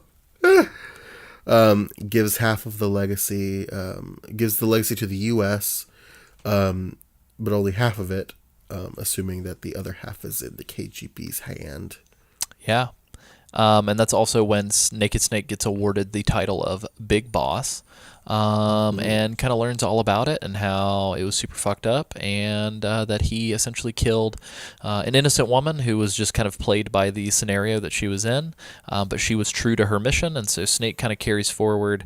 It's interesting because Solid Snake is very true to his mission as well, but from this point forward, Big Boss is very anti-missions and anti-nations and anti-government. He very much so is like, fuck all of this. I will fight for what I believe in, and that's it. And I will take no orders from nobody. So this is when Naked Snake kind of gets his trajectory. And for all intents and purposes, we need no games after this because we know everything that matters, but we will get a lot of filler games that feel like they need to over-explain things that nobody really cared about. So, I mean, people care about it, but I would argue that they're not. We're gonna cast away the broad brush, and this is when you pull out the fucking I'm painting my miniatures microscope brush for the rest of the series, and the rest of this is gonna be just kind of filling in gaps here and there. Yeah. So yeah. With Big Boss leaving Fox, Major Zero eventually also leaves Fox, but Zero goes on to start the Patriots, whereas Big Boss goes on to be in the Patriots for a little bit, but eventually kind of become his own man for all intents and purposes. So yeah, we're going to talk a little bit about Portable Ops. I know this isn't necessarily canon, so I'm going to breeze through this actually pretty quickly. You can go back and listen to our Portable Ops coverage. Me and Nick covered that. I am completely and totally blanking on Nick's last name. Freda. That's right, Nick Freda. I apologize, Nick. Come on, man. I love you, Nick. But yeah, I had a momentary lapse of I went into Isaac brain for a second and forgot Nick's name. But Gene, who ends up being the big bad antagonist of Portable Ops, joins Fox Unit at this point. He becomes the leader and becomes codenamed Viper in lieu of Zero's kind of power vacuum as he left. In 1966, during the Mozambican War of Independence, Big Boss, who is now a mercenary, I guess he is sort of out and about. I think he eventually joins the Patriots later, momentarily. He's kind of in and out of the Patriot organization quite a bit. But this is kind of where Big Boss meets Frank Yeager, who at the time is a very young child soldier. And this is also where he meets Big Boy Roy. That's true. But Big Boss drops Frank Yeager into a rehab facility thinking that he's going to be safe, but that's going to come back in a big bad way because Frank is actually abducted by the CIA and turned into a test subject for a super soldier, and he becomes sort of an amnesiac named Null. Again, this feels really redundant because this is going to happen to him a lot, I feel like. Why not do it once? Let's do it 12 times. Fuck it. But Gene transforms Fox into a little bit of like a terror organization. They break their ties to the U.S., and somehow they have it in their minds that they're going to go get the other half of the Philosopher's Legacy, which is weird considering that not a lot of people even fucking know what that means. But yeah, Big Boss is sent to deal with this bullshit and gets imprisoned almost immediately. And while in prison, Big Boss meets Roy, who I believe is also a Green Beret at the time. Or maybe he's the guy who's in the SEALs. I can't remember. But Big Boss flees. He busts Roy out. Roy, for all intents and purposes, becomes your Kazuhira Miller for this game. And Roy helps Boss kind of recruit soldiers from Renegade Fox. Interestingly enough, the U.S. government pins this shit with Gene on Major Zero and Big Boss and calls them terrorists. And so Big Boss, Roy, Zero, Paramedic, and Sigint decide to start Foxhound because they're going to go hunt Fox, and that is the birth of Foxhound. Their entire purpose is to destroy Fox, so it's weird that Foxhound sticks around after this. But Big Boss fights Null a bunch of times. Big Boss gets captured again. which is frustrating. We discover a new Metal Gear called Metal Gear Roxa, or Raxa. Roxas? Yes. Big Boss destroys it. It is only but a test. And he fights Null yet again, finally recognizing him as Frank Yeager. But Null, again, as an amnesiac, does not want to fuck with this. But after fighting Big Boss and getting punched and remembering the bone and the sinew, he remembers that he is Frank Yeager, because we can't let one thing happen once. We have to do it 1,000 times. But yeah, eventually Big Boss does defeat Gene. He does take over all of the Fox unit, and in doing so, he actually gets all of the money and the soldiers and this idea to start a military nation without borders, and thus sort of births MSF. Big Boss, having stopped everything, is kind of done with his mission. That's kind of all of Portable Ops in a nutshell. And in the background, kind of in the postscript, there is an Ocelot drawing during Portable Ops where he's sort of not as young as he is in 3, but isn't quite the rootinest, tootinest cowboy that we learned to know. But he actually ends up obtaining both halves of the Philosopher's Legacy, kills the head of the CIA, and then gets the names of the philosophers. And thus, Big Boss decides to rejoin Fox with everybody else, and they kind of reorganize the philosophers, which then become the Patriots as sort of an homage to the boss. Big Boss becomes their mascot. The goal is to kind of realize the boss's dying dream. Major Zero begins this propaganda machine, kind of spreading tales of Big Boss, some of which is true, some of which is bullshit. And then the two boys start to have a little bit of a tense back and forth, which is going to lead into the events that lead into Peace Walker.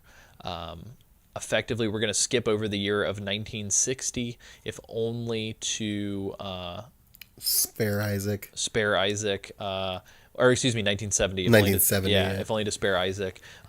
We do learn we learn a Foxhound member's real name, of which I did not know, which is interesting.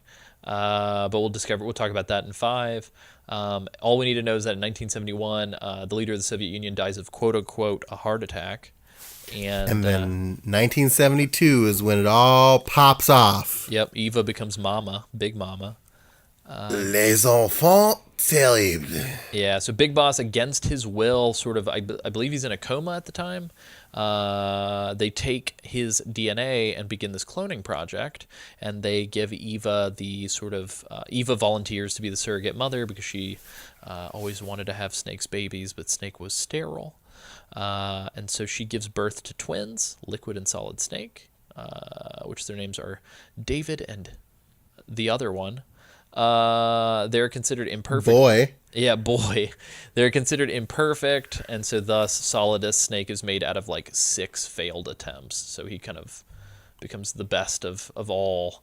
All the genes are given this like increased aging, which we talked about with Old Snake, just to kind of keep them from rising up against their creators. Big Boss finds out, is fucking mega pissed, believes that Major Zero and the Patriots are completely full of shit, leaves, and then Zero renames both himself and the organization to Cypher. And then Big Boss creates his own group, which we had talked about, which is MSF, and thus begins Peace Walker. Yeah. So Sam, do you want to take us through Peace Walker, kind of lead us from the beginnings of Peace Walker to the beginning of Ground Zeroes? Can you lay the seeds for what will be Metal Gear Mondays episode 96? So at some point in between the Les Enfants Terribles and the beginning of Peace Walker in 74, Snake meets a man named Benedict Kazuhira Miller,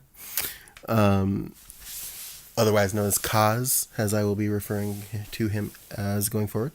And Big Boss's MSF force are asked by Costa Rican forces represented by a, quote, Professor Galvez and a young lady named Paz, which we'll find out her name is Pacifica Ocean, which is great, to intervene and stop this military army that is in Costa Rica that is potentially in possession of nuclear warheads, and offer Big Boss a plant in the Caribbean Sea called Mother Base as a kind of like a reward for doing it. Big Boss accepts this mission on behalf of Paz because her name means peace. And these guys go into Costa Rica and discover the presence of these warheads. And this is also where Big Boss meets Amanda, the leader of a resistance in Costa Rica. And that the opposing forces are backed up by the CIA. And while they are fighting, Amanda's brother Chico gets kidnapped by some drone, and Big Boss convinces her to join his army and then goes to rescue Chico and track down the nuclear warheads. Big Boss rescues Chico, who joins MSF along with Amanda, and proceeds to find the nuclear warhead. And then we find out that Hot Coldman, best name in CIA Metal Gear series. Best name in Metal Gear. A CIA agent wants to use the Metal Gear created by Huey Emmerich, the father of one Hal Emmerich, Otacon, to launch a warhead and test its effectiveness. Coldman at this point attacks Huey and throws him down some stairs, which just becomes a comedic recurrence with Huey. But Big Boss helps him and recruits Huey, and Emmerich reveals that Coldman's plan is that his army is in possession of Metal Gear called Peace Walker, and Peace Walker is capable of selecting suitable targets for nuclear retaliation without the need of human involvement. And that the AI of this Peace Walker is developed by a scientist named Dr. Strangelove, who has shaped the AI based on the personality of the boss. Yeah, and these are like the first new characters outside of Portable Ops. These are like the first new canon characters that we have got in a long time. So this is actually pretty refreshing. At this point, since 3, right? Yeah, I mean, if you include like Gene and the rest of the Fox unit in Portable Ops, then like we do get some familiar people, but those are kind of loosely based on archetypes, whereas some of these people are pretty much entirely new, which is pretty neat. And like half of these characters never appear again. Yeah, They're, which is mentioned, very and frustrating. You just never see them again. Yeah, I love these guys. But yeah, so Hot tries to hack the Peace Walker AI to make it attack MSF. And at this point, it's revealed that Galvez, whose name is actually Zadornov, worked with Coldman, but now wants to betray him and wants to use Peace Walker to attack the Russian ally Cuba from a U.S. base to incriminate the U.S. and split the North and the South, allowing Russia to gain an advantage in the world. Zadornov kills Hot Coleman, or shoots him, and makes Dr. Strangelove reprogram the AI to attack Cuba. But what he really did was he made it fake a nuclear attack towards Cuba, making the attack seem Russian-driven. And the U.S. is ready to fucking clap back because America. But what happens is Peace Walker is being driven by the will of the boss via AI, sacrifices itself by drowning itself in some water, destroying the fake signal, preventing nuclear war. And together with Miller and Huey and Dr. Strangelove, they all work together and create their own Metal Gear called Zeke. And Paz, revealing herself to be an adult, and also working for Cypher. Which feels like Kojima being like, we're not creeps, we're not creeps, we're not creeps. Yeah. Because another important canon is that there's a mission where you go on a date with Paz, and it's very weird. Yeah, so Paz steals Zeke and takes control of it and says that she's taking it back to Cypher, and accuses Big Boss of taking the wrong path, and reveals that this is all Zero communicating this to him through her. Paz tries to get Big Boss to join them, but he refuses.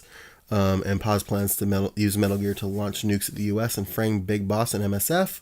But Big Boss destroys Zeke, and Paz is hit by the explosion and lands in the water and is supposedly dead. And then at this point, Dr. Strangelove leaves MSF since her AI research is not necessary anymore. And Miller reveals that Cypher is actually Major Zero. Because Big Boss did not know this and did not know that Kaz was working with Cypher a little bit in the background. It was all to raise money, right? That was his excuse. Pretty much, yeah. And I think really it's just because Zero is still trying to help out his buddy. Yep.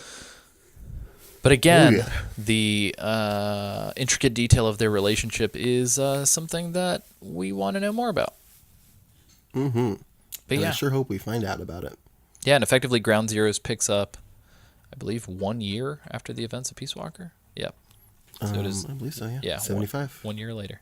I think technically it's several months later. But yeah, because I think some of that's mentioned at the top of Ground Zeroes. But yeah, we have now taken us from the humble beginnings of this franchise in 1987 to now the year 2014. So we'll be covering Ground Zeroes in episode number 95. But as I had mentioned before, we're going to be taking a bit of a pit stop and talking to Terry Wolf about his book. It's Isaac, the fucking last one, we promise. yeah, Isaac, are you excited to talk about Ground Zeroes? Are you excited to give it a shot? Are you excited to enter the sort of modern era of Metal Gear? 3 years in the making. Gear. Yeah, because it's like what 2 hours. Unlike 5, Yes, which is like it is a very 60. short game. Yeah, 5's a long game, very repetitive game, but yeah. So we'll be covering in episode number 96. We'll be covering not only Ground Zeroes, but kind of because of the way that it mechanically shakes out, Ground Zeroes is kind of the generalities as well for all of 5. So we'll be talking about everything Ground Zeroes. My goal is to like 100% Ground Zeroes before we talk about it. So unfortunately, there is no platinum trophy, which is really irritating. But I will try to get them all before we talk about it, and then talk about all the side ops and everything like that. But the only sort of required playing is the main story. I do want everybody to at least cover some of the side content so that we can kind of talk about our favorite bits. But I will definitely be taking the mantle, trying to knock that shit out, because it's real short and real sweet, and I pretty much nailed like 80% of the game when it came out, because I was really, really excited for 5. Like, the hype was very real. But yeah, Isaac, do you have do you know anything about Ground Zeroes going into it? Have you kept fairly sober? The only thing I've seen, well, I don't even know if this pertains to Ground Zeroes, but I feel like the only thing I've seen was when they first announced Phantom Pain, but it was just called Phantom Pain, and you're in the hospital. Oh, yeah. I believe that's the only thing I've seen. So you haven't seen any of Ground Zeroes at all? You haven't seen you haven't seen the trailer or anything for it? Ooh, yeah, I wouldn't watch the trailer at this point, because the trailer for Ground Zeroes is arguably just, not arguably, objectively, it is just the opening cutscene for the game. And that's kind of why I didn't watch any of it, because I was like, well, I mean, I've held out this long, I might as well just not. It's beautiful. Yeah. I remember seeing it. It has some of the best weather effects I think I've ever seen in a video game. Like, still, like to this day. Yeah. It's wonderful. But yeah, it's I'm trying to think of the best way to frame this. So effectively, and we'll talk about this at length, but the gist is that they were still a year and a half away from finishing development in 5, and arguably one could say that they never finished development on 5. But Konami wanted to ship something, and wanted to make some of their investment back, and wanted to give something to the fans that were clamoring. Mm-hmm. And so they kind of kind of like in the grand tradition of Metal Gear demos, whereas we had the Pizza Hut demo and then the tanker, Konami cut like 2 hours off the top of 5 and then shipped it as a $20 game. So it was out for the PlayStation 3, 360, PC, PS4, and Xbox One. But yeah, so it's essentially just like the opening chapter of 5. Nice. I've seen gameplay of it, but nothing story-wise. Yeah, it's a beautiful game.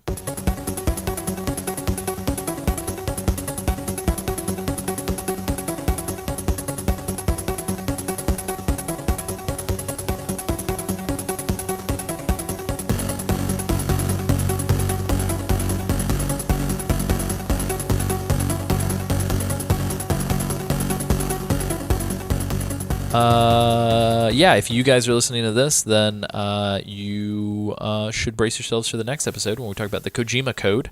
If you want to read along with us, you can go to Amazon. I would tell you guys to go to the affiliate link, but I am currently doing some maintenance to that and still have not rectified that. I apologize. I've got a super crazy, hectic schedule, but we've been having a little bit of a weird issue. Amazon did give us a little bit of kickback from some things that were purchased originally through the affiliate link. I think we still did get some of that. However, we're temporarily suspended because of some weird snafu with the website that I built, and there being weird duplicates or something of the domain, and Amazon being I don't know, weary. So I'm having to submit some stuff. So we'll keep you guys posted, but if you guys want, you can go to Amazon, look up the Kojima Code. There's an ebook for about $8, or you can get a hardcover copy for about $20, I think. And yeah, if you are a $10 or higher patron, this is kind of your last call to get us questions. All $10 plus patrons are allowed to sort of submit one question. If you guys do submit two, we might get to the second one, but we're at least going to get at least all of everyone's first questions. But there should be a post on Patreon, or you can just message us via Patreon with your questions for Terry. And that can be about Metagear, that can be about Kojima Code, or just about what it was like kind of being a ringleader in the fan community of Metal Gear Solid back in between 2006 and 2014, kind of. Still pretty active to this day, but that was sort of the golden era, I guess, the peak. But yeah, check that out. You can go to patreon.com/Metal Gear Mondays. I do know that we do have some very cool stuff for all the different tiers, so be sure to go check that out there. But yeah, this sort of concludes our extra op. If you guys didn't have anything else to say, Sam, Isaac, did you guys have any parting thoughts before we wrap this up? Yow. That's it? Yeah. Okay, cool. Sam, where can people find you on the internet? You can find me on the internet on Twitter at Sanjul. That's Sanjuul. You can also find me in real life at my local Taco Bell, typically. Dope. Isaac, where can people find you? You can find me at Pizza Hut. I've been there a couple times in the past few weeks. Yummy. And doesn't have a twit. Somewhere. On Twitter. Somewhere there. Nice. You can find me at acsummerfield.com, which I will be, I think, updating soon. Or acsummerfield on Twitter, Instagram, PlayStation Network, whatever. A lot of you guys have come out and added me on PSN. Thank you for doing that. That's very nice. I've got a little group that's just labeled MGM in my friends section on PlayStation Network. So I'm definitely down to have you guys at AC Summerfield. When we do the MGS5 season, we will tinker with Metal Gear Online. So if you guys have that on the PlayStation 4, let's group up or something. I don't know how that works. But that'll be fun. At the very least, we can have a big-ass chat group. Yeah, so do that. That's it, I think. Go to MetalGearMondays.com for all things Metal Gear Mondays. With all of that being said, you guys, this has been so much more than just a box. What has it been? Well, I figured I would just cut it there. Could you roll through it? Could you roll through it in detail as to what it's been? Oh, yeah. Yeah. So effectively, in 1987 on the MSX2, Hideo Kojima and his team put together a game called Metal Gear. Sam, could you tell us about the story of that game? Yeah, so I just want to walk through that really quick. So our little boy Solid Snake. Wait, was he Solid Snake in this one? I'm not sure. I will say though, this is sort of the birthplace of one iconic item. If you go into the back of one of these trucks, you can pick up an item and it just shows up in your inventory as just a box. Oh. Just a box.